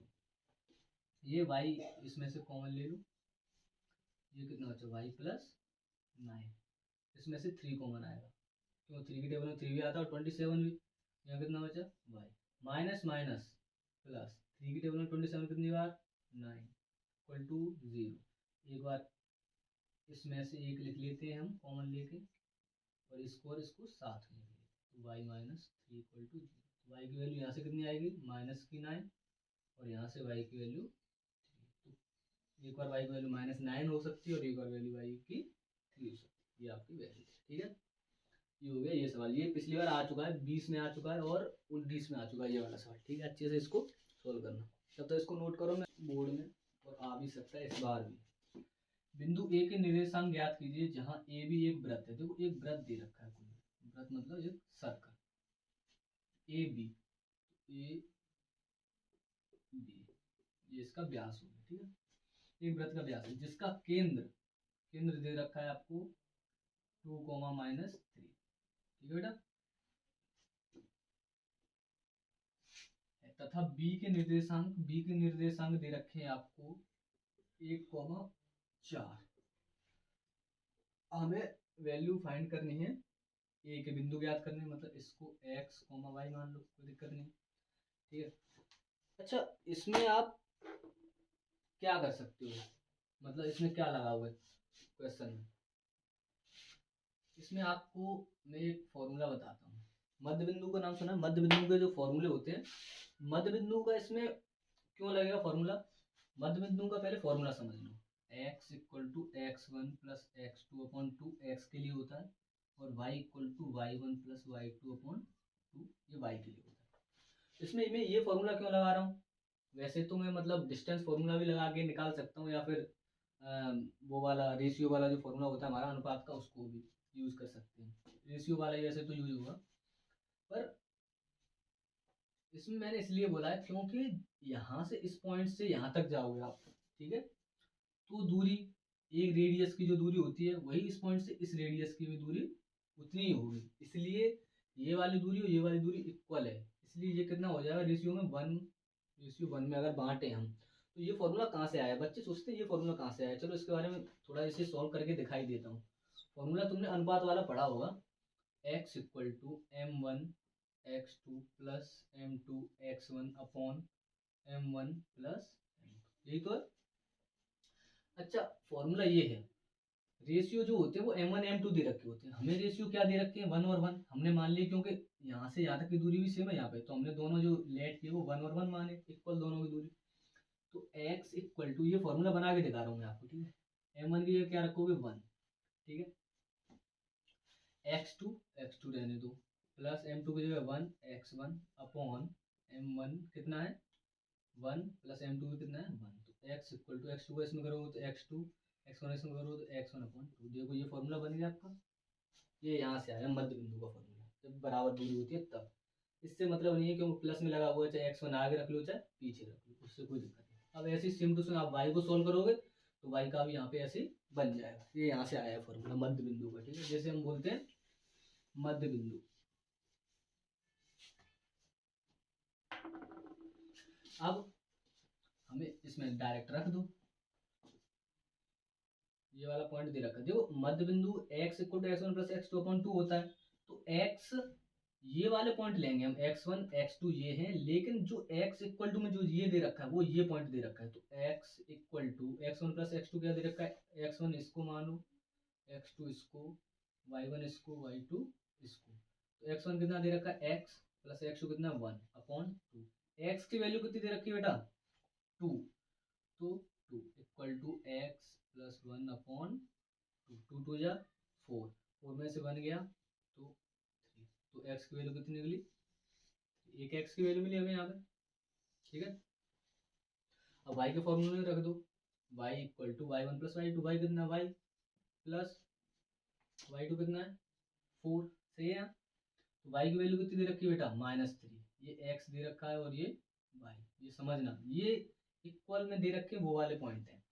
तो -3 दे रखा है, y की वैल्यू कितनी है, ये अपॉन 2 लगाओ यहाँ पे, y की वैल्यू हमें निकालनी है, तो y प्लस 4 अपॉन 2 का इसमें करोगे तो -6, ये y प्लस 4, 4 को इधर लेके आओगे तो -6 माइनस 4 इक्वल टू y, तो कितनी वैल्यू आई -10। तो x और y कितनी निकली बेटा, एक 3 निकला और एक माइनस का, ये आपके पॉइंट, ठीक है। ये अच्छा सवाल है, बच्चे इसमें फंसे जाते हैं, लेकिन आपको नहीं फंसना है, आपको अच्छे से इसका रिवीजन करना है और एग्जाम को फोड़ देना है एकदम से, ठीक है। जितने भी मैंने अभी तक सवाल करवाए हैं वो सारे सवाल को बहुत अच्छे से करना। देखो 1.5 से 2 घंटे या 1 से 1.5 घंटे की क्लास होगी, उसमें आपको पूरा 20 से 25 नंबर का वेटेज मिल रहा है, ठीक है। बस 1.5 घंटे आप पढ़ लोगे, आपका कुछ नहीं जा रहा, ठीक है। आपका फायदा ये है इसमें, जितना आप पढ़ोगे आपके लिए बहुत ज़्यादा बेनिफिट है ये वाली क्लास, ठीक है। मैंने क्योंकि ये वाले क्वेश्चन वही मतलब निकाले हैं जो आपके बोर्ड से रिलेटेड है, जो बोर्ड में आ भी सकते हैं और इससे रिलेटेड सवाल आ सकते हैं, ठीक है। तो ये वाला सवाल आप नोट करो, 1 2 सवाल और देख रहा हूँ मैं इसमें हो तो।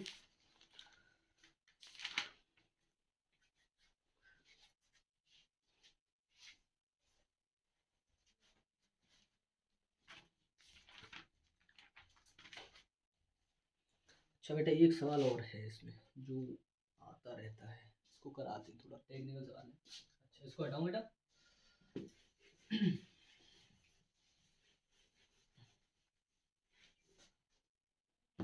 ये सवाल दे रखा है, यदि बिंदु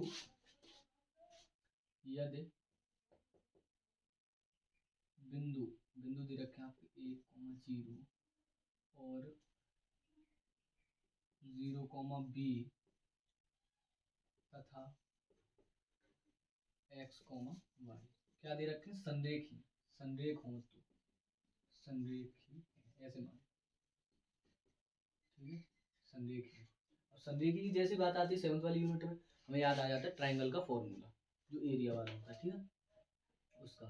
लेकिन हमें सिद्ध करवा रहा है, सिद्ध कीजिए x upon a plus Y upon B equal to 1, सिद्ध कीजिए। ये क्या करवा रहा है बेटा, सिद्ध कीजिए, सिद्ध कीजिए, ठीक है। सिद्ध कीजिए या प्रूव दैट, हमें जो प्रूव करवा रहा है सवाल को, तो बच्चे इसमें ना डर जाते हैं थोड़ा सा कि पता नहीं यार ये क्या दे दिया। तो आपको कुछ नहीं करना है, इसमें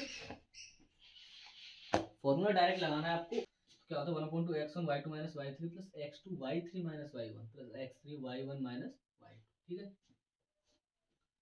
तो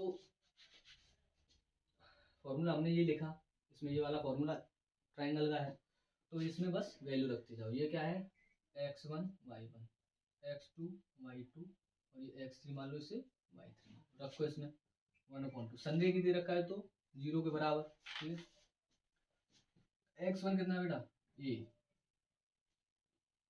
y2 कितना दे रखा है b, माइनस y3 कितना है y3 y, प्लस x2 कितना है 0, y3 कितना है बेटा y, माइनस y1 कितना है 0, प्लस x3 कितना है x, y1 कितना है y1 0, माइनस y2 कितना है बेटा b।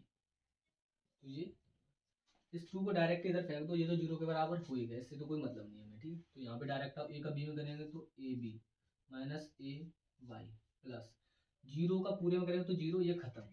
x का 0 में करेंगे तो 0, x का माइनस b में करेंगे तो माइनस का x b इक्वल टू 0। यहाँ तक बन गया। अब देखो बेटा, अगर हम इसको पूरी इक्वेशन को ए बी से डिवाइड कर दें, किससे, ए बी से, हो सकता है क्या, ए बी से पूरे को डिवाइड करेंगे तो हाँ ए बी से डिवाइड करो तो A B upon A B minus A Y upon A B minus X B upon A B equal to 0। देखो ए बी से ए बी गया, ए से ए गया और बी से बी गया, तो यहाँ पे क्या बनेगा बेटा इक्वेशन, यहाँ कितना बचा 1 minus Y upon B minus X upon A equal to 0। अगर मैं इस 1 को उधर फेंक दूँ, ठीक है, तो minus Y upon B minus X upon A equal to -1।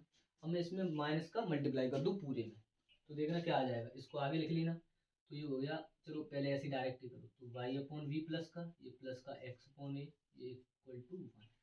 ये बन गई आपकी ये वाली जो इक्वेशन ऊपर पूछ रहा था। आप इसे आगे लिख दो, इसे पीछे लिख दो, कोई दिक्कत नहीं है उससे। तो यहाँ लिख दे रहे हम एक्स अपॉन ए पहले plus Y upon B equal to 1। ये आपका सिद्ध हो गया, सिद्ध किया। ये वाले यही पूछ रहा था बेटा, X upon A plus Y upon B equal to 1। तो सवाल अच्छा लगा हो तो बेटा थोड़ा लाइक और सब्सक्राइब कर ही लेना, और थोड़ा शेयर कर देना अपने बच्चों के साथ, जिन्होंने पूरी साल कुछ नहीं किया, वो सोच रहे हैं 8-10 दिन में हम पास हो जाएं। तो हाँ, हो सकता है ऐसा, बस आप मेरी ये वीडियो देखो 1 से 1.5 घंटे की, पास ही नहीं आप अच्छे नंबर लेके आओगे। क्योंकि वीडियो जो मैंने क्वेश्चन आपको प्रोवाइड कराए ना इस वीडियो में, वो इतने ज़्यादा इंपॉर्टेंट है, फिर डायरेक्ट ही क्वेश्चन मतलब फंस सकते हैं डायरेक्ट एग्जाम में, या उससे रिलेटेड फंसेंगे। बस इतना आप पढ़ लो, अच्छे से पढ़ लो इस 1 से डेढ़ घंटे की जो वीडियो उसको। ठीक है बेटा, ये मैं हटाता हूँ, एक सवाल देखता हूँ, अगर हो तो ठीक है, नहीं तो फिर यहीं पे हम इस वीडियो को एंड करते हैं। एक सवाल और देखता हूँ बेटा आपके लिए, अगर हो कुछ तो। चलो एक और है, एक और करवाता हूँ जो एग्ज़ाम रिलेटेड है। फिर एक है, छोटा सा सवाल है, कर लो, आ जाता है कोई कोई एग्ज़ाम में, इसको नोट कर लो अगर कर लिया हो। हटा दूँ कैसे बेटा,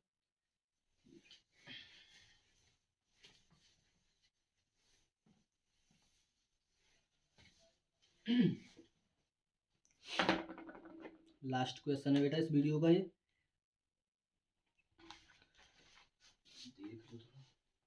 जरूरी नहीं कि आप जो बच्चों मतलब जो बच्चे रिवीजन कर रहे हैं और मतलब वो बच्चे समझ रहे हो ये ज़्यादा बड़ी वीडियो, तो वो 2 के मतलब 2x2 करके, 3x2 करके या 4x2 करके भी आप देख सकते हो, मतलब 4 गुना करके वीडियो की स्पीड बढ़ा के देख सकते हो। जल्दी जल्दी रिवीजन भी हो जाएगा आपका और नंबर भी पक्के हो जाएंगे। ठीक है, तो ये क्वेश्चन दे रखा है आपको, यदि बिंदु, ये बिंदु दे रखे हैं इसमें 1, 2, 4, y, x, 6 और 3, ये 4 पॉइंट दे रखे हैं। एक चतुर्भुज दे रखा है बेटा, क्रम में लेने पर एक समांतर चतुर्भुज के शीर्षों, तो x और y का मान ज्ञात करना है। तो बेटा एक चतुर्भुज बनाओ पहले, तो ये हमने एक चतुर्भुज बना लिया, मान लो यहाँ मानो ए बी सी डी ऐसे। ठीक है, अब इसमें ऐसे क्रम में लेने आपको रखना है और आपको एक्स और वाई की वैल्यू निकालनी है। ये भी बेटा बहुत बार एग्जाम में आ चुका है, तो सवाल अच्छे से देखना, समझना। इस सवाल छोटा सा सवाल है, ज़्यादा बड़ा नहीं है। और मैं एक बात बोलना चाहूँगा इस सवाल से पहले, बच्चों जिन बच्चों को ये लग रहा है कि हमने कुछ नहीं पढ़ाया अभी तक मैथ्स में, या मैथ्स से डर लग रहा है, इस वीडियो को देखने के बाद आपका मैथ्स का डर बिल्कुल खत्म हो जाएगा, इसकी मैं गारंटी लेता हूँ। तो आप इस वीडियो को पूरा एंड तक, जो मैंने अभी ये एंड ही चल रहा है, आपको देखनी है अच्छे से, और अपने जो दोस्त हैं उनको भी शेयर कर देना यार। बहुत मेहनत से ये वीडियो बना रहा हूँ मैं, आपके लिए ही कर रहा हूँ मैं, आप थोड़ा अच्छा कर सकें एग्जाम में, इसलिए। तो जिन बच्चों ने अच्छे से तैयारी की है वो भी इसको देख सकते हैं, थोड़ा स्पीड बढ़ा के देख लें, या फिर उनके लिए भला है 1-1.5 घंटे में अगर उनका इतना रिवीजन हो रहा है तो।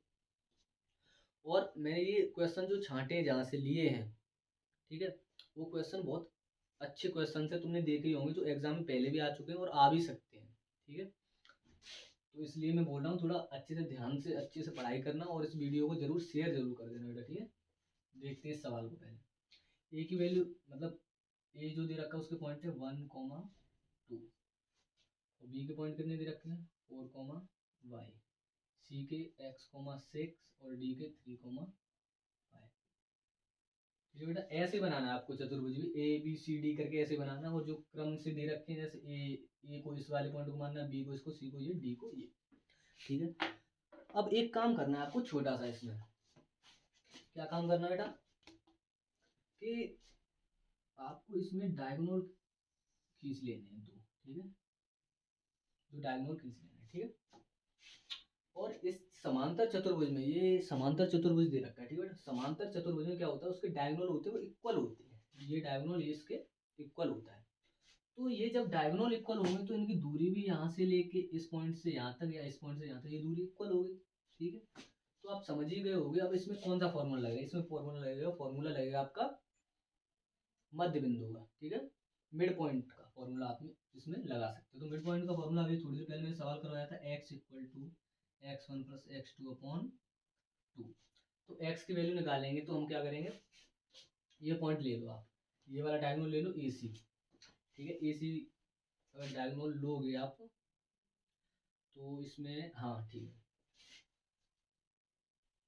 ये वाला डायगोनल इसके बराबर है, ठीक है। तो एक्स एक्स वाले पॉइंट लोगे तो एक्स एक्स वाले के लिए लिखो, वाई वाले पॉइंट वाई वाई के लिए लिखोगे, ठीक है। तो एक्स इक्वल टू x1 कितना दे रखा है, ये वाला पॉइंट ले रहे हैं हम, ये 1+2 कितना दे रखा है 1+x, ये तो y का दे रखा है अपॉन 2, ये, ठीक है। और अब क्या लेना है हमको, y का point, y equal to y1 plus y2 upon, तो यहाँ पे y का पॉइंट लेंगे हम, ठीक है। y equal to y1 plus y2 क्या है 3+4, सॉरी ये y के पॉइंट है 5+y। नहीं बच्चों, पहले इसी में लेंगे हम ये वाला, ठीक है, क्वेश्चन इसी वाले में, तो y के पॉइंट इसी के लेंगे हम, तो 2+6 अपॉन 2। सवाल ही थोड़ा सा आदर्श। हाँ बच्चों देखो, ये इसमें हमने ये पॉइंट रख ली, ठीक है। अब इसमें देखो, ये हमने डायगोनल खींचे दो, ठीक है, ये दोनों डायगोनल हमने ले लिए। तो ये समांतर चतुर्भुज दे रखा है, इसमें ये वाला डायगोनल इस डायगोनल के इक्वल है, तो हम समझेंगे ये पॉइंट है, इसका मतलब इसकी दूरी है, इसकी दूरी दोनों के बराबर होगी, ठीक है। तो ये मिड पॉइंट का फॉर्मूला इसमें लगाएंगे, मध्य बिंदु का फॉर्मूला, ठीक है। तो x1 प्लस x2 अपॉन 2, ये पहले के लिए, ठीक है, पहले वाले के लिए डायरेक्ट लगा रहा हूँ, ये y1 प्लस y2 अपॉन 2, ये हो गया पहले वाले AC के लिए मान लो, ठीक है। इक्वल टू, इक्वल लगाएंगे क्योंकि ये वाला डायगोनल इस वाले डायगोनल के बराबर है। दूसरे के लिए x1 प्लस x2 अपॉन 2, और ये y1 प्लस y2 अपॉन 2। समांतर चतुर्भुज में जो डायगोनल्स होते हैं वो एक दूसरे के बराबर होते हैं, मतलब AC, क्या लिख दे रहा हूँ मैं, AC इक्वल टू BD, ठीक है, इसलिए। तो अब सॉल्व करेंगे हम इसको, पहले ये वाली लाइन लेते हैं, यहाँ पे आ गए, तो x1 plus x2 1 plus x upon 2, comma y1 plus y2 2 plus 6 upon 2 equal to, अब ये वाला पॉइंट लो, x1 plus x2 3 plus 4 upon 2, comma y1 plus y2 5 plus y upon 2, ठीक है। अब क्या करना है बेटा, x को x वाले के इक्वल रखना है आपको, और y को वाई वाले के इक्वल रखना है, बस सवाल हो जाएगा आपका। तो 1 plus X upon two equal to, ये कितना हो रहा है, मैंने बोला ये एक्स का पॉइंट है तो ये भी एक्स का, तो एक्स एक्स के बराबर होगा। 3 प्लस 4 7, तो 7 अपॉन टू यहाँ पे, ठीक है। और एक में रखोगे आप, ऐसे मैं कर दे रहा हूँ थोड़ा सा सवाल को, इसको यहीं पे सॉल्व कर लो। 2 से ये 2 गया, एक्स इक्वल टू 1 इधर जाएगा तो 7 में से 1 गया, तो एक्स की वैल्यू कितनी निकली बेटा 6। अब आगे सॉल्व करोगे आप, इसको इधर सॉल्व करवा दे रहा हूँ मैं, ये इसके बराबर रखा। अब इसको इसके बराबर रख दो, तो 2 प्लस 6 8 अपॉन टू, इसको इसके बराबर रखना है, तो 2 plus 6 8 upon two equal to 5 plus Y upon two, तो 2 से 2 गया, 8 minus 5 equal to Y, 8 minus 5 equal to Y, तो कितना बचा 3। ठीक है, समझे बेटा क्या है ये, मतलब एक बार फिर से समझा दे रहा हूँ, नहीं समझ आया तो ये जो समांतर चतुर्भुज दे रखा है, इसके ये डायगोनल हम अपने आप खींचेंगे यूं। समांतर चतुर्भुज के जो डायगोनल्स होते हैं बराबर होते हैं, मतलब ए सी इक्वल टू बी डी होगा, तो इसमें हम मध्य बिंदु का फॉर्मूला लगाएंगे जो होता है x1 plus x2 upon two equal to y1 upon y1 plus y2 upon. दूसरे वाले डायगोनल के लिए ये है हमारा डायगोनल पहला ए सी, ठीक है, और ये है हमारा डायगोनल बी डी, ऐसे, ठीक है। अब हमने ये फॉर्मूले रखे दोनों तरफ, तो पहली लाइन के लिए ये लेंगे, तो 1 plus X upon two, 2 plus 6 upon two equal to 3 plus 4 upon two, 5 plus Y upon two, ये वाली लाइन ये। अब क्या करना है, ये है जो आपका, उसको इसके बराबर रखना है, एक्स का एक्स के साथ पॉइंट और वाई का वाई के साथ इक्वल में रखना है। तो 1 plus X upon two equal to 3 4 7 7 upon two के बराबर, इससे ये कटा, एक्स 7 में से बन गया तो एक्स की वैल्यू 6। अब क्या करना है, ये वाला पॉइंट इसके बराबर रखना है, 2 plus 6 8 upon two equal to 5 plus Y upon two, 2 से 2 गया, 5 8 में से जाएगा तो 3, वाई की वैल्यू 3। ठीक है बेटा। अब जितने भी मैंने 3 यूनिट में आपको जितने भी सवाल कराए हैं, मैंने बहुत अच्छे से निकाल निकाल के सवाल को देख देख के, बहुत मेहनत से ये सवाल मैंने आपको मतलब निकाले और आपके लिए यहाँ पे लेके आया हूँ। ये 1.5 घंटे की या जितनी भी टाइम की होती है, 2 घंटे की या 1 घंटे की क्लास, आपको इसको पूरा देखना है। सिर्फ 2 घंटे के अंदर, मान लो 1.5 घंटे के अंदर इस क्लास में आपको 20 से 25 नंबर अगर पक्के हो रहे हैं आपके, तो क्या दिक्कत है। बिल्कुल ये मान लो जो बच्चे एग्जाम के टाइम पर जो पढ़ने वाले हैं ना बच्चे, या फिर जो पूरी साल जिन्होंने पढ़ाई नहीं की, उनके लिए भी ये क्लास से वो पास हो सकते हैं अच्छे से, ठीक है। और किसी भी सवाल में कोई गलती हुई हो या और कुछ कोई प्रॉब्लम हो तो कमेंट करना, या फिर कोई सवाल और चाहिए और भी कोई क्वेश्चंस या कोई यूनिट आपकी ख़राब हो जो भी, तो उसके बारे में कमेंट करना और मुझे बताना कि ये हमें सर करा दीजिए आप। और मैं इसके बाद भी कुछ वीडियोज़ लेके आऊँगा इंपॉर्टेंट क्वेश्चंस की, और कुछ यूनिट्स जो बची हैं अलग, जो वेटेज बचा है, जैसे मैंने अभी 20 नंबर का ये करा दिया मान लो, 20 से 25 नंबर का, तो जो बचा आपका 50 45 नंबर का, उसको भी लेके आऊँगा मैं। तो आप अच्छे से पढ़ो लिखो, एंजॉय करो, और बेटा लाइक और सब्सक्राइब कर देना और थोड़ा शेयर कर देना, बहुत मेहनत से वीडियो बनाते हैं हम, ठीक है बेटा। जय हिंद।